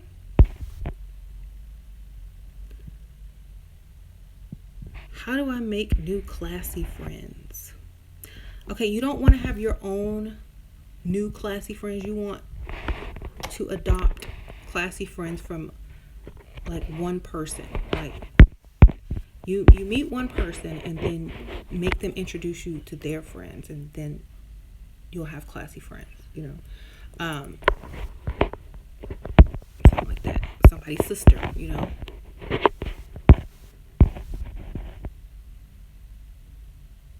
Go to classy places, you know. You'll see somebody sitting there maybe by themselves, or, oh, I love your shoes. Those are so cute. You know, oh, girl, I got these at, you know, Nordstrom. And, oh, you should go. They're having a sale. You know, oh, really? Oh, my God, I love shoes. And then, like, start a conversation, you know. Oh, you know, do you always go out by yourself? Yeah, sometimes. Oh, you know, I'm new to this side of town and I don't have any friends. You know, if you ever want to, you know, hang out, here's my number. Always compliment the shoes and the purse. That's how you make friends quick. And talk about going shopping together. You got to show me, you know, you got to show me the kind of stuff, you know, like those shoes that you have on. Those are awesome. Why do black women tolerate absentee fathers, then spend their paycheck on stuff like Beats, headphones, and other items?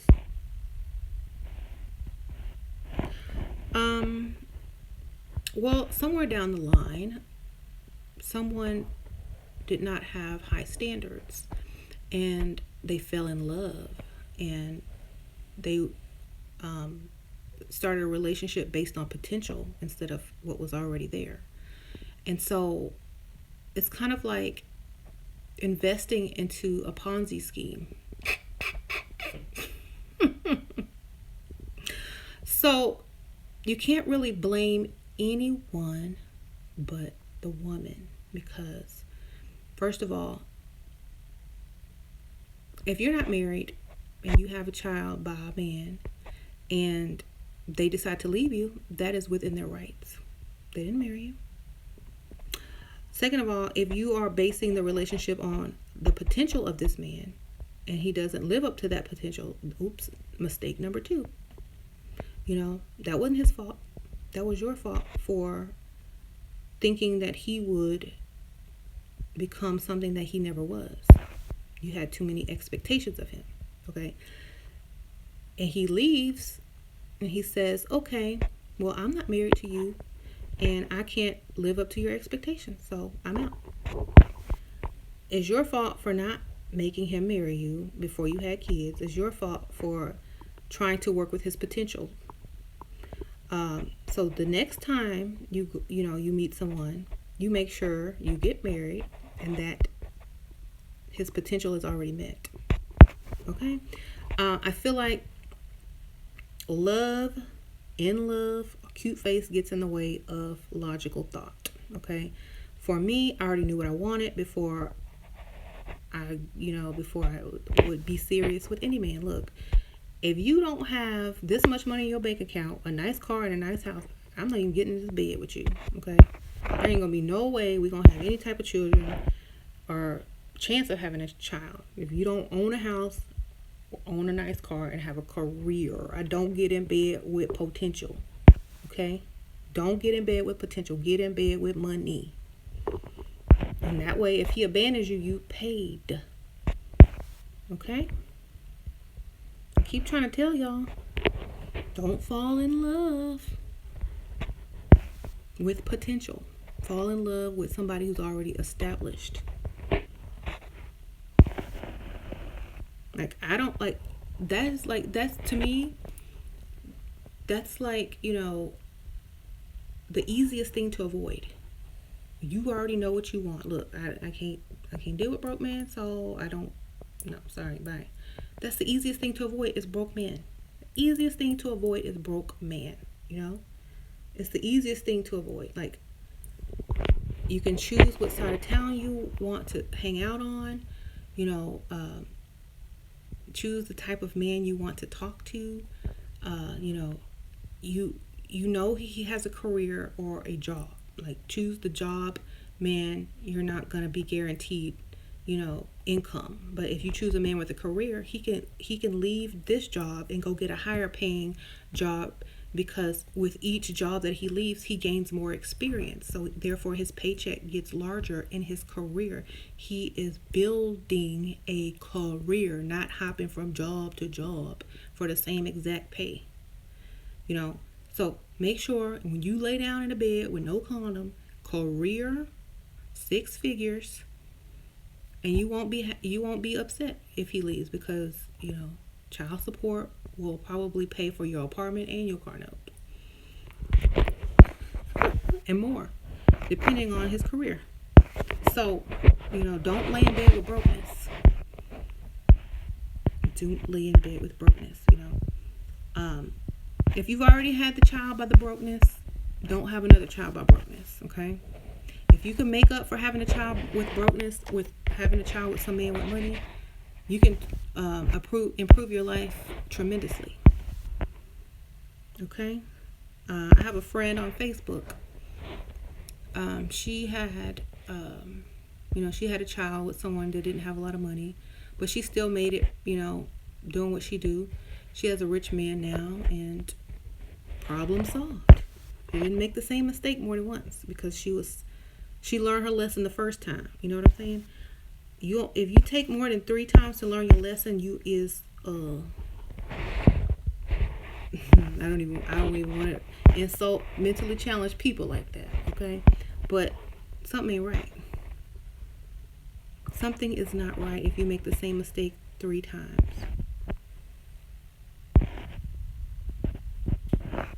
Okay.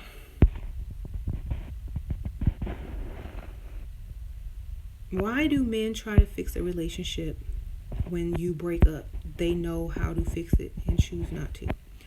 Why do men try to fix a relationship when you break up? They know how to fix it. Because when you leave them, that's when they want you the most. When they can't have you. That's why I say always stay a mystery and always keep men chasing, even in the relationship. Because once they have you, they don't want you. Once you gone, they want you. Okay? So they know how to fix it, but they don't have to, because you keep forgiving them and you keep saying, oh, it's okay, I just want you to do this. If you left them the first time they made the mistake, they would have fixed it. You have to bluff sometimes. If you have to fake break up sometimes to get them to change.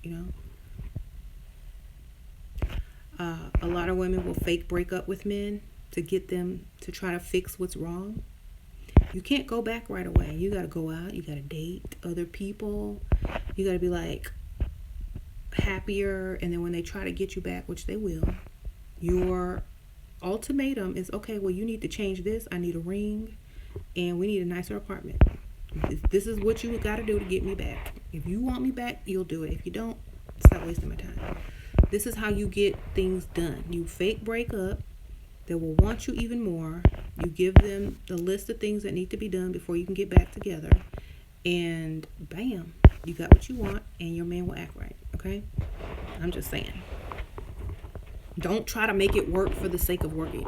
If you are not getting anything out of it, you're doing it backwards. Fake break up. Get him to agree to your standards. Make sure he does them before you get back together. And, it's a win-win.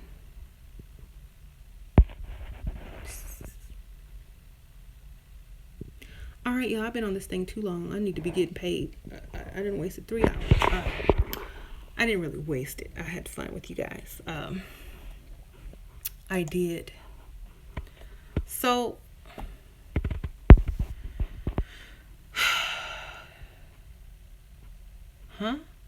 you go have all these females single. This guy says I'm going to have y'all all single as hell. No, I'm not, because as soon as you break up with somebody, there's somebody else waiting in line to get with the next woman, okay? They got a line already waiting to use on some poor suspecting woman.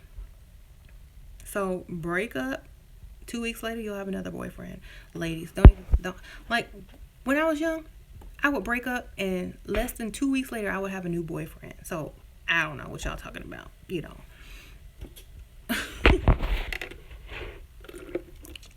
Don't listen to those guys. Do the fake bluff. And if it doesn't work, oh well, move on to something better. I mean, I got some good stuff out of those fake bluffs. This is what I need if you want me back. Okay, anything. What do you want? Hmm? And if you break up before it's really time to break up, their heart won't be ready to move on.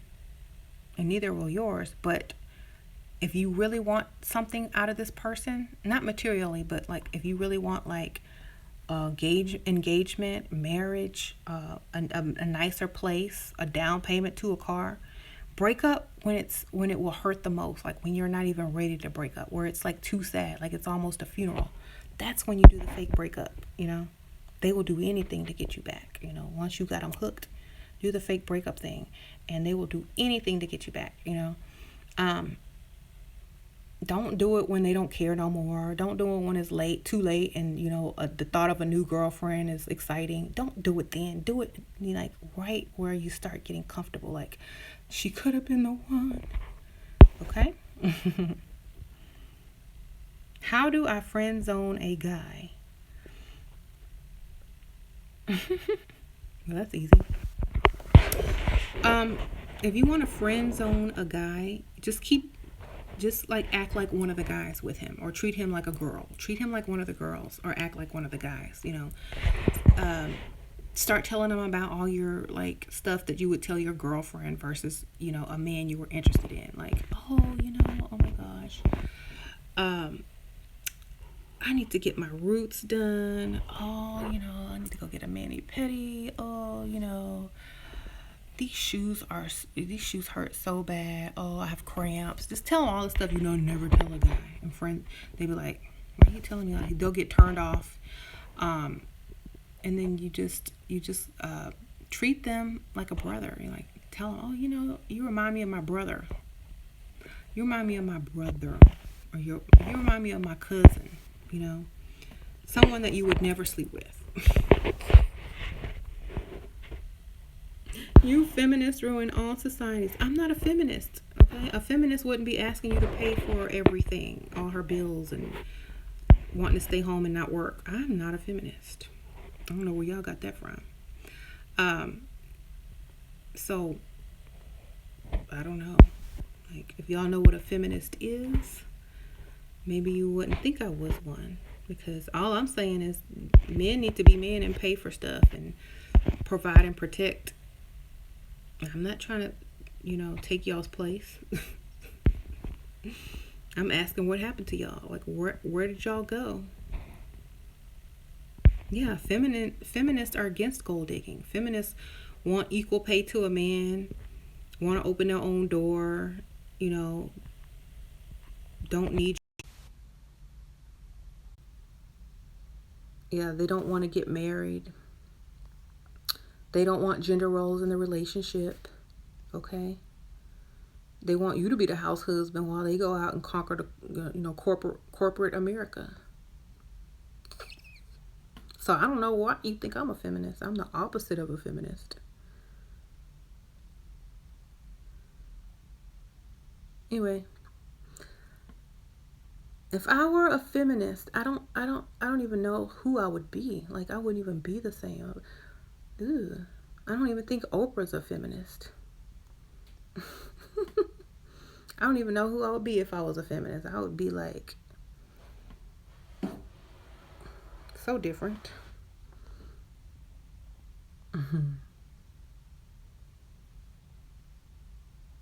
I'm sad about men who still believe in love. I'm sad about women who still believe in love.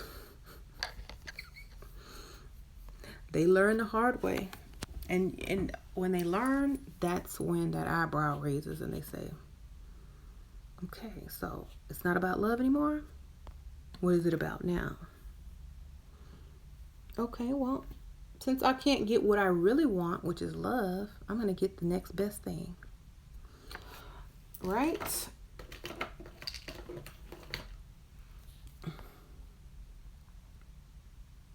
How do I get a man to be obsessed? Always leave him hanging.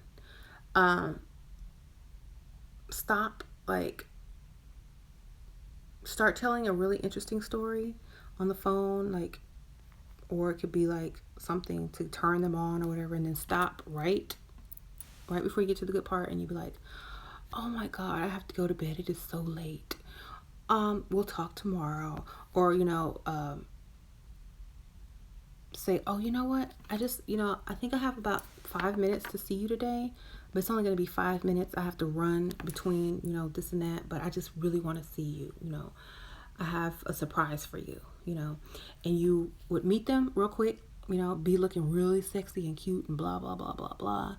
And then, like, wear some perfume that is going to get on their clothes, like spray it on right before you get in there, and like give them a quick hug and stuff like that. And, say, whisper something in his ear before you leave, and like make sure other people are watching, and like make him feel like the luckiest man in the world. And then you say, okay, I'll see you later, bye. So now you got your scent all over him.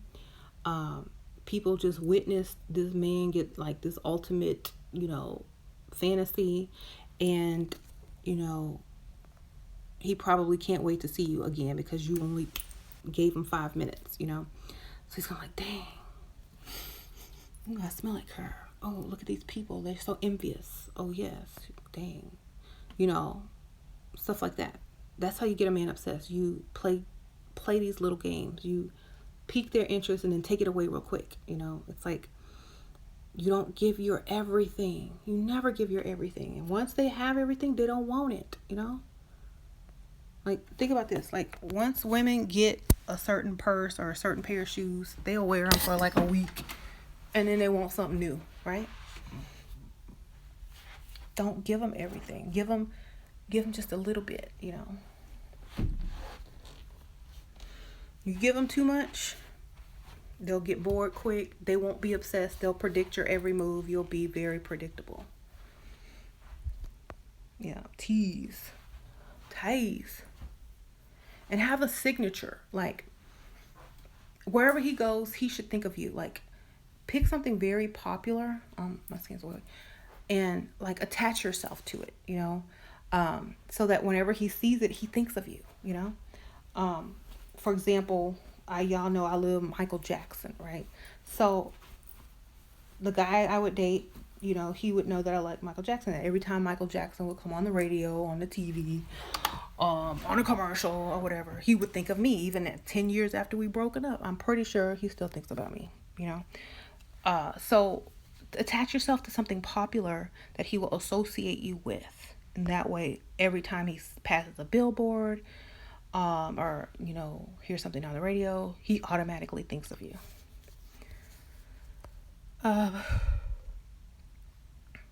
It could be a brand. It could be emoji, something stupid. I don't know. It could be anything, like something that you see everywhere, Just attach yourself to it somehow. Like, oh, my favorite something is this, My favorite place to eat is this. My favorite food is this. And every time they say they see that food, they'll think of you. But if you talk about it a lot, like, oh my God, I love tacos so much. Tacos. Whenever they see a Taco Bell commercial, oh, I miss her.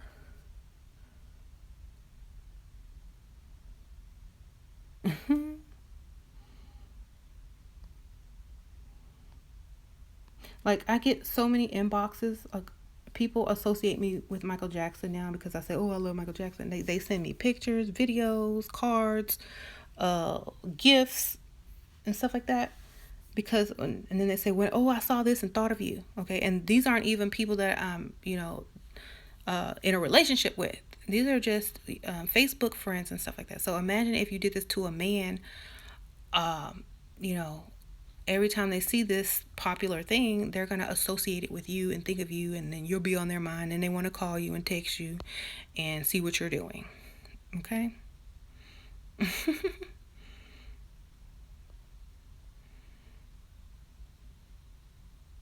Okay, I'm going to go try to find someone in my group to hook me up with a sugar daddy for an interview. See y'all later.